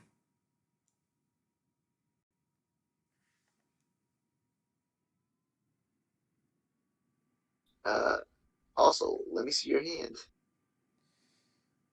Ah, shit. So it's a non-creature, non-land card though, so it's not that bad. So it thankfully was one of the other discard spells. So it's a non-creature, non-land card. There's like no way, there was no optimal way to play around that, so I had to set myself up for the best situation there, which I think I did. Because I can't tell what discard you have in your hand.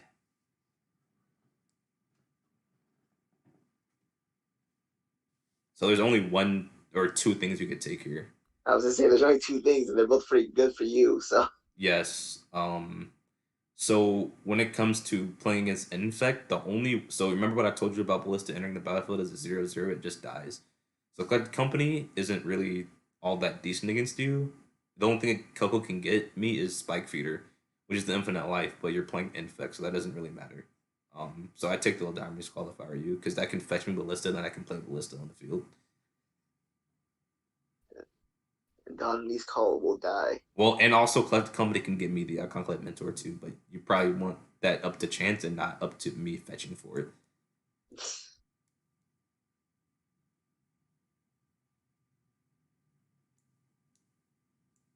And then I'm gonna swing with two Whole Infect. Oh wait, whoops, wrong one. I'll take two Infect. Not my turn.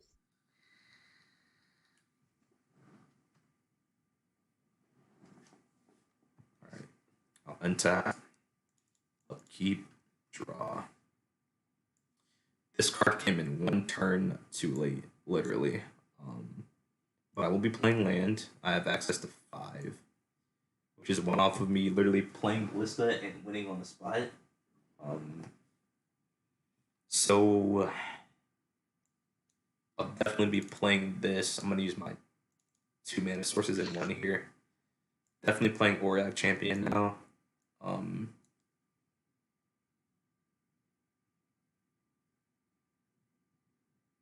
Yeah. And then I just have to pass. Mono Black is definitely a very hard deck to run this meta. You have Veil of Summers working against you, and you also have Auric Champion working against you. So I think Mono Black needs some kind of way to that's a non-black source, whether it be a colorless source, like a land that's colorless, or maybe an Phyrexian Life, something sideboard that doesn't take that mana to use to deal with Auric champions. You need some other way to get around Auric champion. Oh, wait.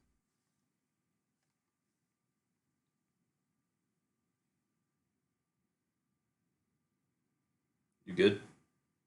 4 for my Phyrexian Vat Mother.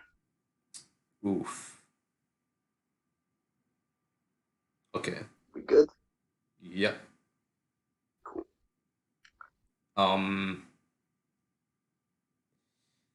Is it worth using this just to draw a card? Maybe. 1, 1, 2, 3, 4, 5. Because it thins the deck out and it draws me a card, which can get me deeper in the deck. So I think I'm gonna have to use this like this because it's pretty past the point of me using it to protect myself. So you know what? I'm gonna use this just to draw a card. When you're in step, I'll play Veil of Summer. So yeah, I'm just gonna draw a card because you cast the black spell this turn, and that's gonna be the use of Veil of Summer.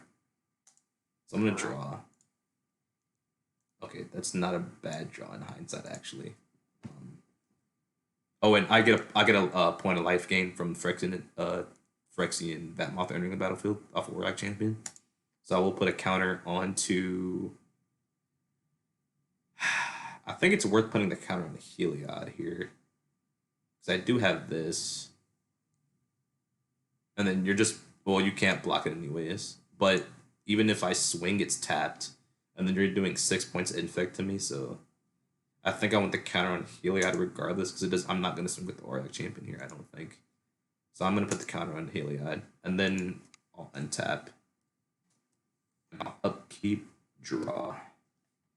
That is a bad draw.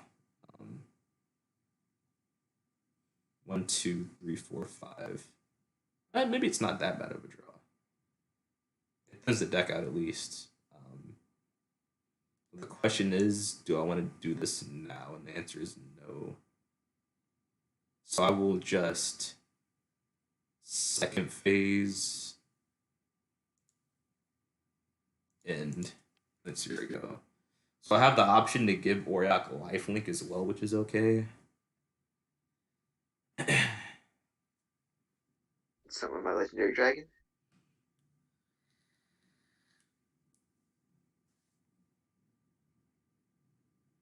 You It's might good. actually pull this one out. Yeah, you might actually pull this one out. That's fine. And how strong is Oriok? It's just the 1/1 now, but it's obviously pro black. So swing. Um, yeah, I can only block one, and I definitely want to block the bigger threat. If I tap two, I still have four left. Did I want to do anything else with this mana before I use it though? So okay, so first I get a life gain from Skritic entering the battlefield. In which case I'll put it on the. It doesn't matter what I put it on here. I'm gonna put it on Helad in case Helad becomes a bigger creature to match your Phyrexian Vatmother. And then I'm obviously gonna block the Phyrexian Vatmother, which is pro. It's pro black, but I also am taking. Oh, actually, okay. So before blocks, I will tap one, Blocks. 2, 3. I'm gonna crack Vista now. Search for. I take 1 point of damage. I'll find a basic land. I'm gonna get a basic plains to match my forest. Doesn't really matter, but I like the synergy. Shuffle up, and I'm tapping 4 mana because the plains comes in untapped off Prismatic Vista, and I'm gonna collect the company, and I'll do my 2, 3 CMC creatures here. I'll scry 6, and all right, we are gonna have an enter the battlefield effect. So I'm gonna grab this Ranger. So the first thing happens before I search my library, I have to resolve the collected company. I'm gonna put everything else in the bottom first, and then I'm gonna do the ETB triggers. All right. So I'm going to bottom this because I can't. It's impossible to like search my library in the middle of resolving collected company. So Coca has to resolve first in this case. I'll send the 2 Horizon lands to the bottom for obvious reasons. Send the bottom. Send the bottom. Send to bottom and send to bottom. So I don't shuffle after Coco. So Ranger Captain Navias hits the battlefield. I'll gain a life off the Oriok champion, which means I get to add a counter. And he'll add a creature now, by the way, because I have 5 devotion. I'm gonna add a counter to Heliod. And then the ETB triggers with Ranger, so I will search my library for a 1 converted mana cost or less creature, put it in my hand. And you know by now what I'm probably getting. I'll get Mr. Ballista himself. Now I shuffle. And Ballista goes to hand. So then I can go to blocks. And because Heliod, well, the thing is, -1/-1 counters gets around indestructible, so I don't want to block with Heliod. So I want to block that with the Oriok champion to prevent that infect damage, and I want to block the Phyrexian Crucible. Well, it's pro white, so it doesn't matter anyways. So I can't block the other 2 though. So I am taking 2 infect damage because it's pro white. So I will take 2 infect damage, and I'll go to 4 infect damage. And then that is it for my blocks. Okay. All right. And that should be game. Because I got the ballista. I'll play this just in case I need it, I suppose. I'll pay 4. I'm just gonna go for it right away without going to attack steps, obviously. So I'll pay 4 for Welcome Ballista, and then attempt to declare an infinite damage combo by giving Ballista lifelink. Oh, no way. I don't consent. Sorry. What? I don't consent. You can't do it anymore. So, my bad. You lost. That is not a valid conclusion of the game. Oh, so you're saying I don't have consent? That sounds like you're okay with rape culture, buddy. I'm not okay with that. Okay, whoa. This YouTube channel may be mature, but I don't want to discuss those topics. Well, I don't consent. I have so to you say can't use your that. infinite. I have to say that per legality and per morality of myself, of course, obviously. So I assume that is All right, the set. that's it. Do you want to play another set, or is that all for you? Wait, did I win the first set? You won the first set, correct? Yes. Off of I me think being that was mana, off of me being mana yeah. screwed yet again, as well as you having the perfect curve as always. All right, let me change my deck. Okay, we're going to a third set here, ladies and gentlemen. There's going to be a bonus set.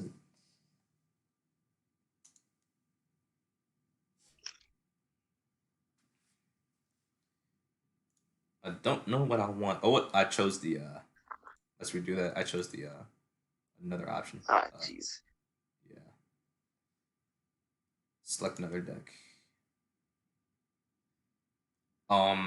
So the rest of my decks besides Cats are pretty grindy, and I don't want to play a grindy matchup after those two sets.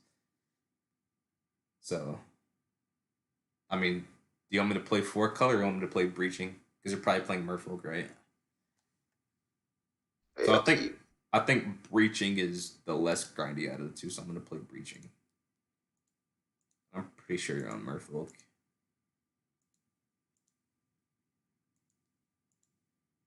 And an auto randomized to you, by the way. So are you keeping? I'm keeping. This is a big mole for me. It's an alt to top. Shuffle.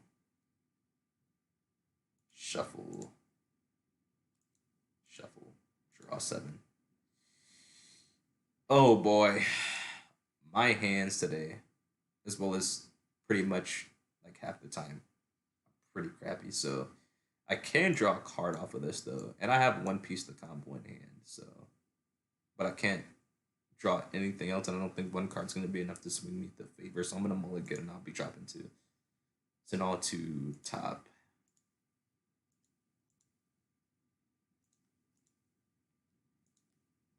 So I'm going down 2 cards here.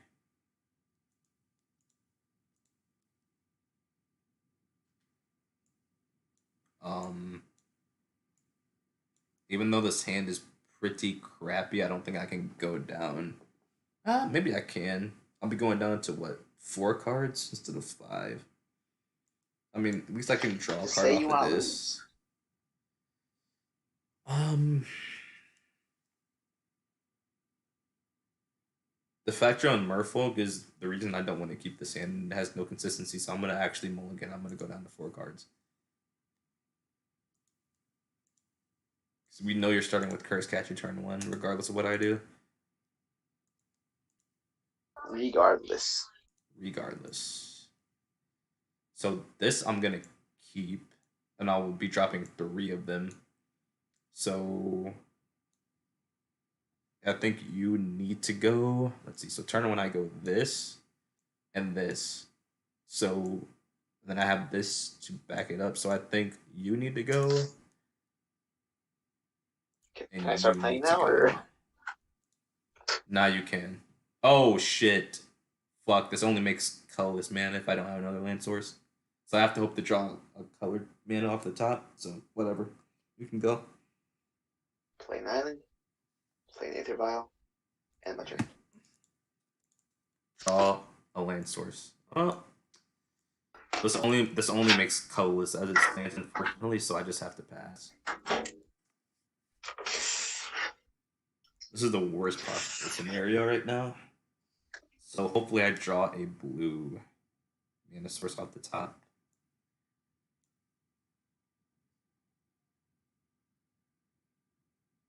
Alright, I'll add a Wait, counter. wasn't I supposed to drop 3 instead of 2? I just dropped 2, right? You were Yeah, saying a lot of numbers. I was supposed to drop 3, so I won't drop the one I just drew. I'll drop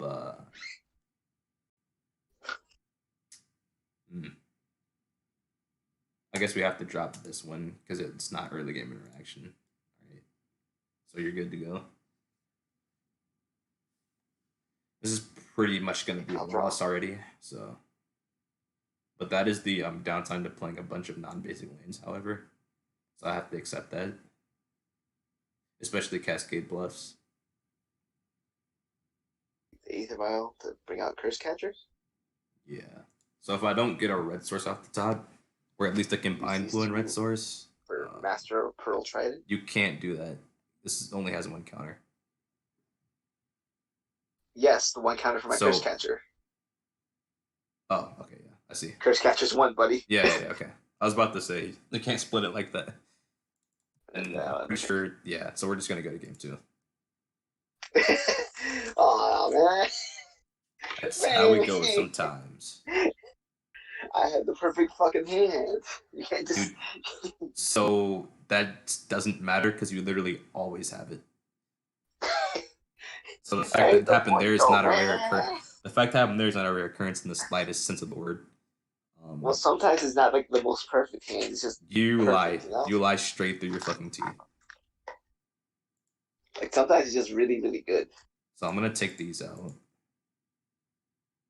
Definitely put these in. Those don't matter. These do matter, but I think I'm gonna take one out. These definitely matter. Those definitely matter. Um, the fact you have Trickster is probably gonna keep me from putting those in. Um, definitely want those. Definitely want those. What else do I want? There was something here I missed before that I regretted not putting in. I forgot what it was. I think I just put 3 of those in. It's like a semi-way. It's like a semi-platinum Imperion in a sense. It's not as good, but if you have Trickster, it doesn't matter. So I think I'm gonna I think I'm gonna stick with this. So yeah, I'm just gonna stick with this, and I'm definitely going first.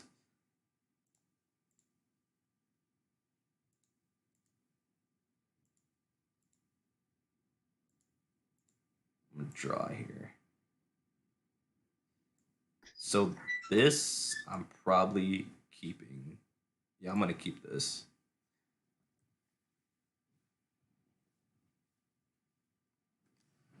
And I'm gonna be waiting on your response. At least the first game got 3 with quickly, which is actually what I was afraid of gonna happen being a grindy matchup. So I guess I did get my wish in a sense.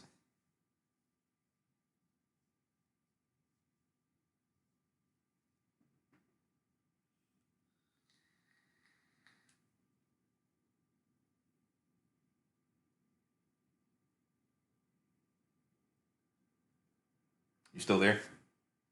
Yeah. All right. Gotta let me know if you're keeping it or not, bud.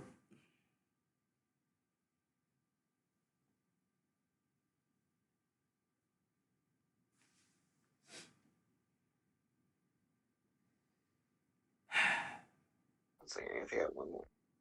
Oh, you're still siding? Okay, my bad. You should have told me. I thought you're off goofing around.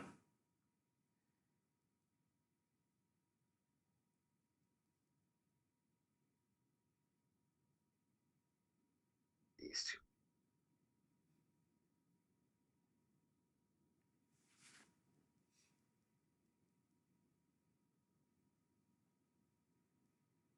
All right, I'm good.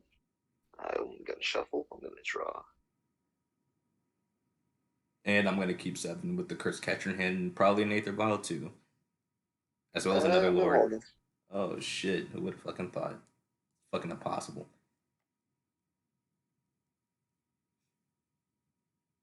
Now I'm gonna keep Yeah, I'm definitely gonna keep this one. exactly. All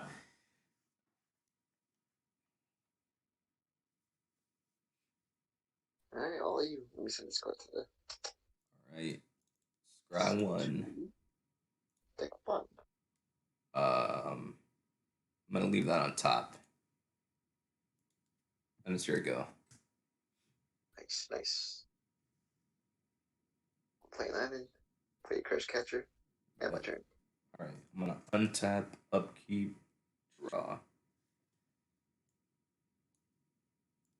Spiral of Canal in there. And actually, oh no, because it cost me 3 of Curse Catcher Stays, so I'm gonna need to kill this now. So, or actually, yeah, I think it's worth actually keeping this up. So I'm gonna just end phase and here we go.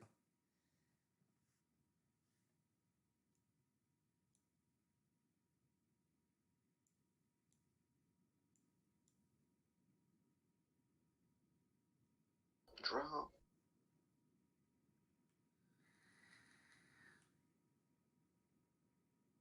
Tap two. Reveal a merfolk in my hand. Okay. Attempt to summon my adept. I will respond to that. I Respond. will attempt to remand.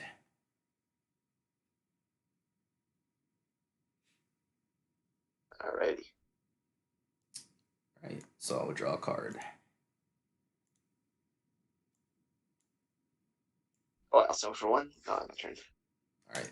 I'll untap, upkeep, draw. I'll play a Cascade Bluffs. I'm going to tap 1. This is going to be main phase 2. I'm going to attempt to Lightning Bolt the Curse Catcher. You want to what? I'm going to attempt to Lightning Bolt the Curse Catcher. Why would you do that? He's just a 1/1. You don't understand how these two deck dynamics function, bitch. Kill the fucking Curse Catcher. Well, I assume you want to sacrifice him to maybe pay an additional mana. That's the only thing you can do right now, unless you had a force negation. In that case, I'd actually punch my screen. Alright, he's dead then. Alright, so you sacrificing him, right? Yep. Alright, so I'll pay one more. I'll pay the colorless from this one. And then it is your go.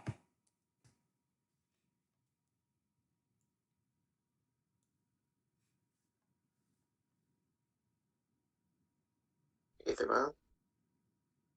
Is it good?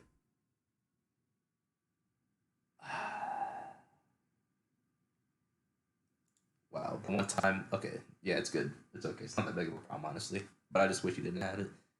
I got out it. Reveal the same card. You're paying 2 mana for that? Yep. Alright. Is it good? Lord of Atlantis, yes.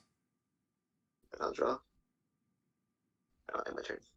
On your instep, I'll tap Spire Bluff Canal for a blue source, and I'll opt. Opt. Alright. Scry one. Shit. Now I have to make it. Well, I can draw this and hopefully draw a land off the top. So I am going to draw this, and then I'm going to hopefully draw a land off the top. So I'll untap, upkeep, draw. Okay. So just fuck me, I suppose. But at least I have this in the chute, so we can do this, I think.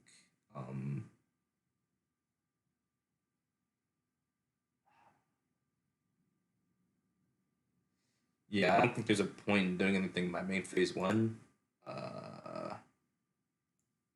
So I'm just going to end. Yeah, I'm gonna end, and then it's your go. Counter. Ooh.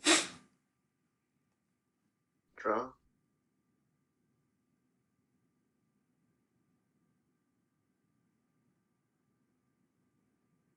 Play a lane. Attempt Silvergill. Another one. Yeah, it's okay. Oh man. Literally cannot stop this guy. Swing for 2. I am gonna respond to that. I'm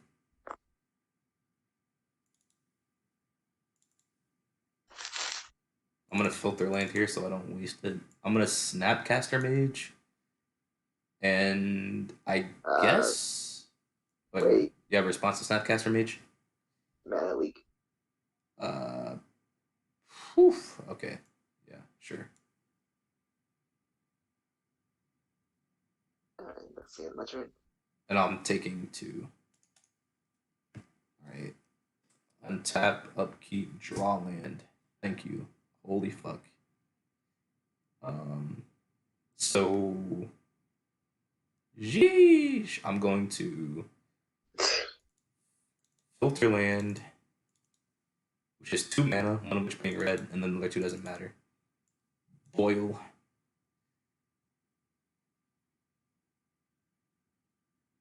Wow. Fuck you. Literally have the perfect card every time. You only have that card for my fucking deck. Dude, it's been there in the sideboard. This is a tournament winning deck, bro. Well, not winning, but I went literally 3-0 with it. I had this deck way before we started playing it. It's always been there. Because control matchups are terrible for this deck. That's why it's in the sideboard. It's your go. Another counter. Draw a card. At least you still have Aether Vial. Well, thanks. Very cool. The Vial. You can still play a Lord. Yeah, that's what I Lord thought you of were gonna do. Atlantis. Swing. Board. 6. All right. Taking 6. All right. So hopefully I draw land here. Like, really, please. Thank you. Okay. Paying 5. Through the breach.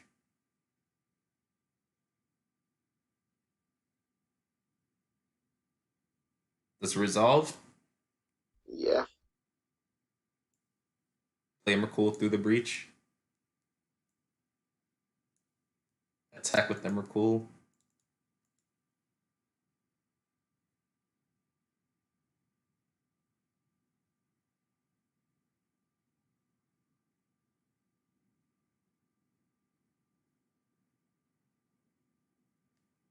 I mean, he's fine, isn't he?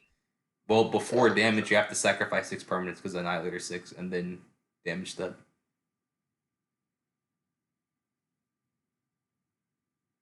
Still playing. I admire it. So yeah, he's a 15/15 flyer with Annihilator 6. Protection from colored spells as well as cannot be countered. It doesn't matter because I'm playing it from through the breach. So I don't cast it, just goes on the battlefield. Um, and then at my end step, Emrakul dies, which triggers his last ability, and it'll get shuffled into my library. And then it's your go.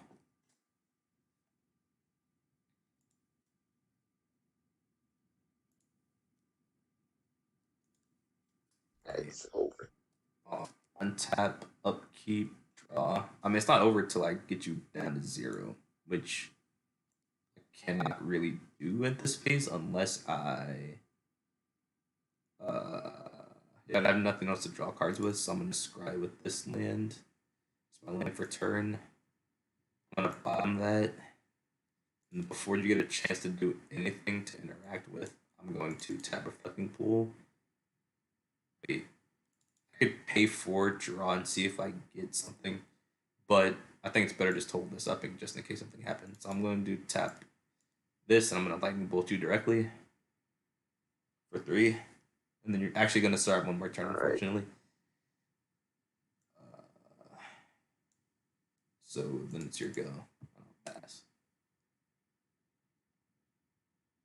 Alright, and my turn. Alright, under end step, I'm going to tap 4 here.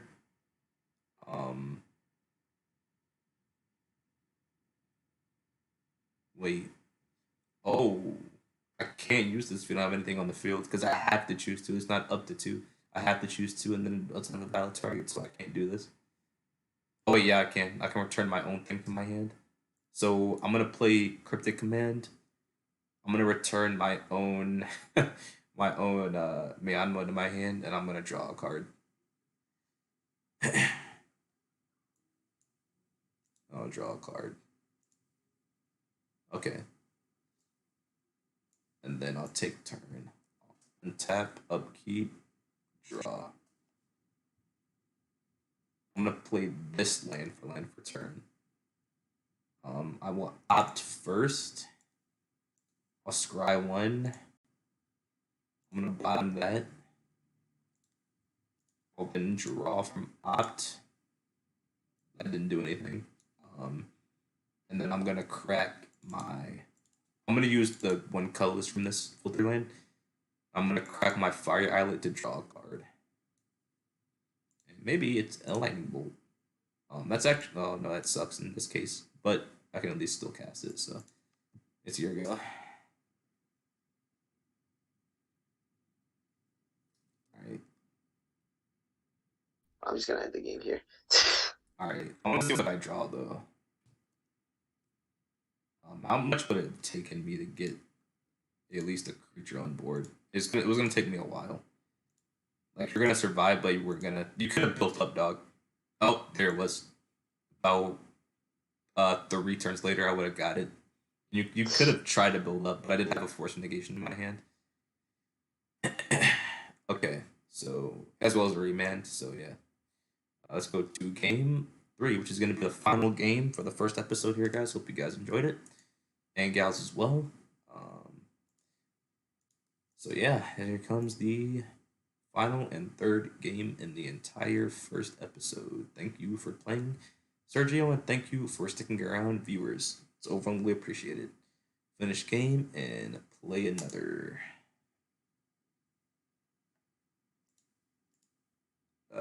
Keep existing plus open sideboard. Uh,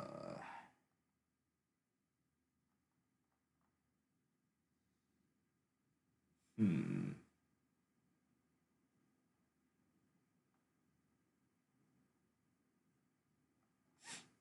I assume you're going first.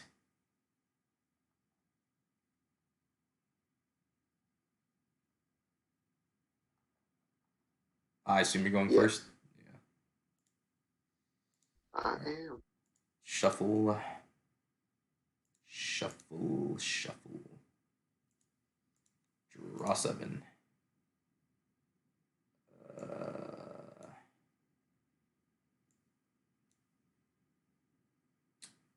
Are you keeping? Yep. Hey, yeah, since I lost, I want to go first. You just told me that. I didn't say shit about going first, son. You literally just told me that. I literally asked you, and you literally told me that, like, not even more than 30 seconds ago. Nah, it wasn't me. I was thinking of someone else. This hand is really choppy, and I can't do much with it, but it has some interaction, which means I have to keep it against this matchup. So I'm going to keep this opening 7, and then you can go. Play Diamond. Play Nathan Bio. Yeah, Okay. And now this hand is useless. Awesome. Well, not useless, but so I draw for turn. Yeah. I'll play Spiral Canal untapped in phase. Here we go.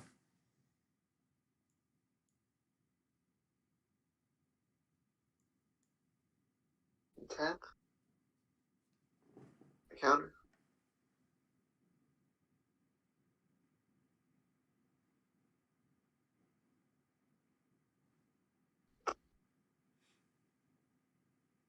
Oh shit, I didn't draw. Did I draw? I did can not look draw. back. No, you didn't. A Cavern of Souls. Fish People.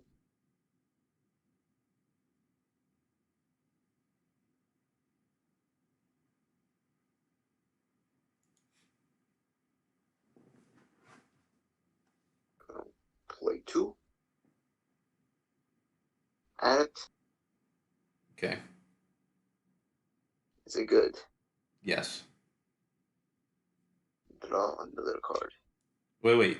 And, Oh, for Adept. Oh, okay. Yeah. Yeah. I thought it was Curse Catcher. All right. So I'll untap, upkeep, draw. Okay.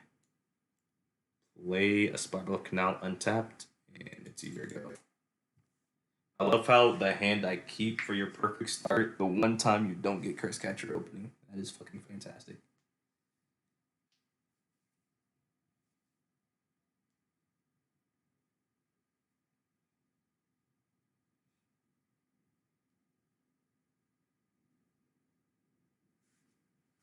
Aether Vial.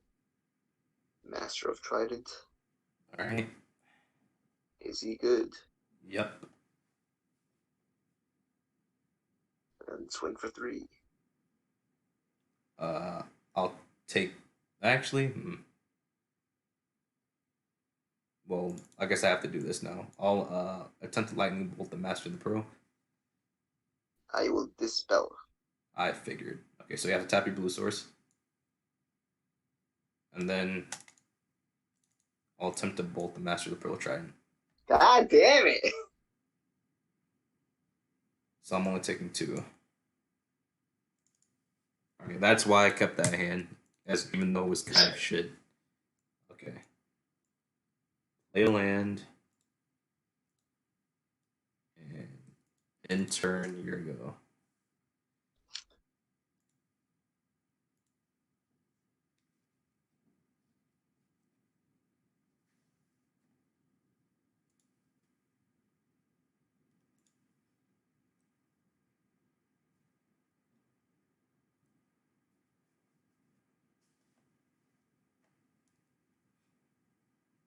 Bring out Kopala.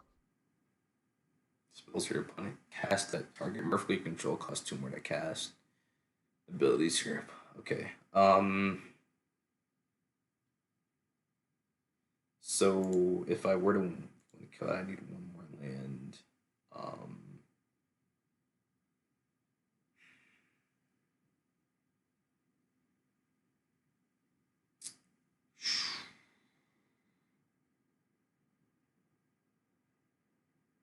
So if I were to counter a merfolk on the stack, that wouldn't have an effect because it doesn't hit the battlefield, correct? Yeah. Okay, just making sure you know. So in that case, I'm actually going to let that resolve. Or actually, well, I'm gonna do this anyways. So you might have another. Wait, tap your mana, please. Oh, okay, you tap Aether Vial. Okay. Yeah. I guess there's no point to wait for this to come down, so I have to do this now. I'll attempt to cast Snapcaster Mage. Alrighty. This is before Kapal hits the field. I'll target Lightning Bolt, obviously, and bolt the Silver Gill Adept. Hold up. So, isn't it when he hits the battlefield that you can do it, or is it during the casting phase? When he hits the battlefield. Which There is you why go. I So asked. he hit the bat. No. He Yes. hit the battlefield. This is before Kapala resolves. No. I'm saying like if he hits the battlefield, then Kopala is next in the spell chain. So, so Snapcaster. This is before Kapala hits the battlefield, right? So this is before No. Kapala gets it. Listen to me. This is before Kapala hits the battlefield. I play Snapcaster. Snapcaster hits the field. I target Lightning Bolt, and then I cast Lightning Bolt. Lightning Bolt Silver Gill, and then Kapala hits the battlefield, which is why I'm doing this now before Kapala hits the battlefield. Man, Yu-Gi-Oh is so much better. I These chains make doubt sense over that. there. Lightning Bolt goes to Right. exile, though. Bring out Silver Good at it. Okay. Reveal. Draw a card. Play an island. Then I end my turn. So in Magic, whatever is the last on the stack gets resolved first. So because Lightning Bolt was the last on the stack, it goes well. So Lightning Bolt happened because Snapcaster entered. So Lightning Bolt triggers because Snapcaster entered, and then Kamala comes down. So it resolves backwards. Does that make sense? Yep. All right. And you're still in a very good position. By the way, I'll untap. Well, that's my draw. Untap, upkeep, draw. So I'll play a land, and then I don't want to attack her, obviously. So I'm just gonna go to main phase 2. And how many counters have you used? Just Dispel. You could have another Dispel, but I guess I'd want to do this now. We have most of your lands tapped out. I'll attempt to boil. Another fucking boil. So you have creatures on board, and you have Aether Vial that is on board as well. So it's not that disruptive, honestly. And then I'll end. And then it's your go.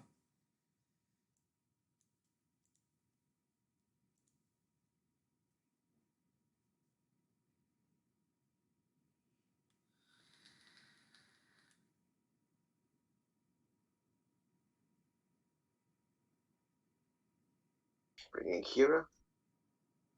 Yeah, no, I don't think I can actually win. Well, actually, I can if I get extremely lucky with the draws I do in the next 2 turns. Or 1 turn, actually, if I get a draw spell. So I'll untap upkeep, draw. That isn't gonna help me, unfortunately. Man, the hand I kept was good against you, but it's not getting me to my win con. Um, which is unfortunate. So I just end. And here we go.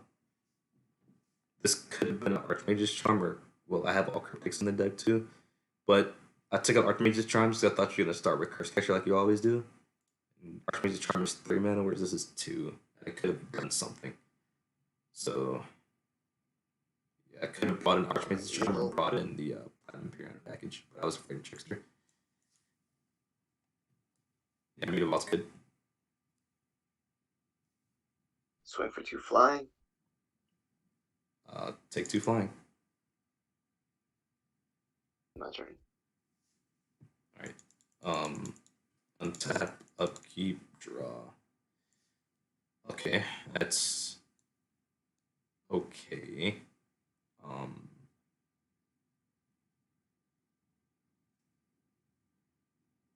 I'll end and it's your go.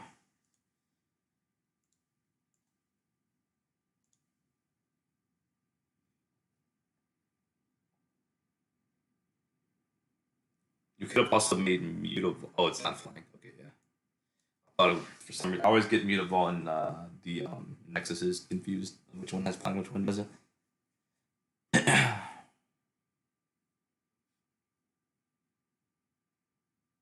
2. Master of Atlantis. Ward of Atlantis. Something with Atlantis. That is unfortunate. Yeah, that resolves.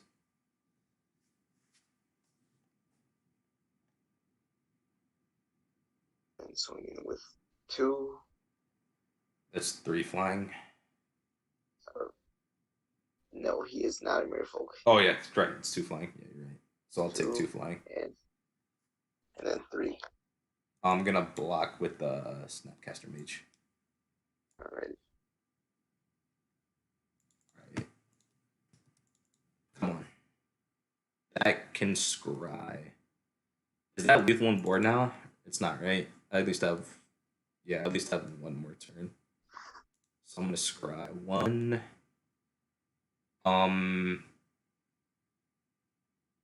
I can actually keep this on top, so I will keep it on top. I can play this and then play what I need. So yeah, in phase, your go.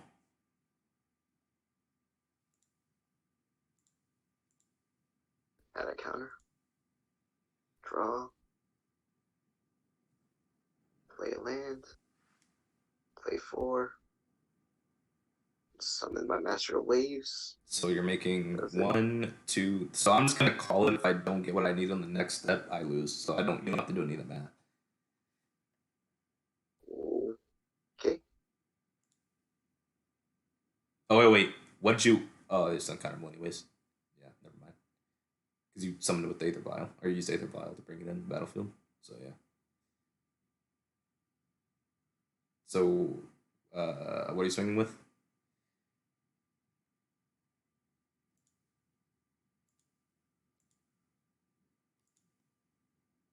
Just and then swinging. So even if I get what I need, it won't be enough. I'd have to get a cryptic command. And then I don't have any board wipes, so I think you win regardless. So I'm just gonna see what I draw and call it there. Alright. So I opt. Yeah, no matter what card I brought in or what I did there, I was gonna lose because you had a flood of creatures. Yeah. And you got a perfect start and perfect curve per usual.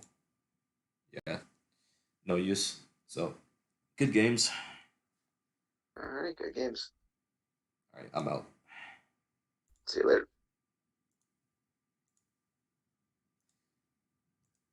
Alright. That's gonna be it for me today, guys. Thanks for stopping by. I'm gonna be on out of here. You guys take care. Bye bye. Thanks to everybody who stopped by. It's overwhelmingly appreciated. And you guys take care of yourselves. Have a great rest of the week and to a great weekend. And with that being said, thanks for joining the ranks of the Alpha Tanks. Consider subscribing, and also donating is going above and beyond. I couldn't thank you guys enough for any form of support that you guys choose to give to the channel and myself. So I'm gonna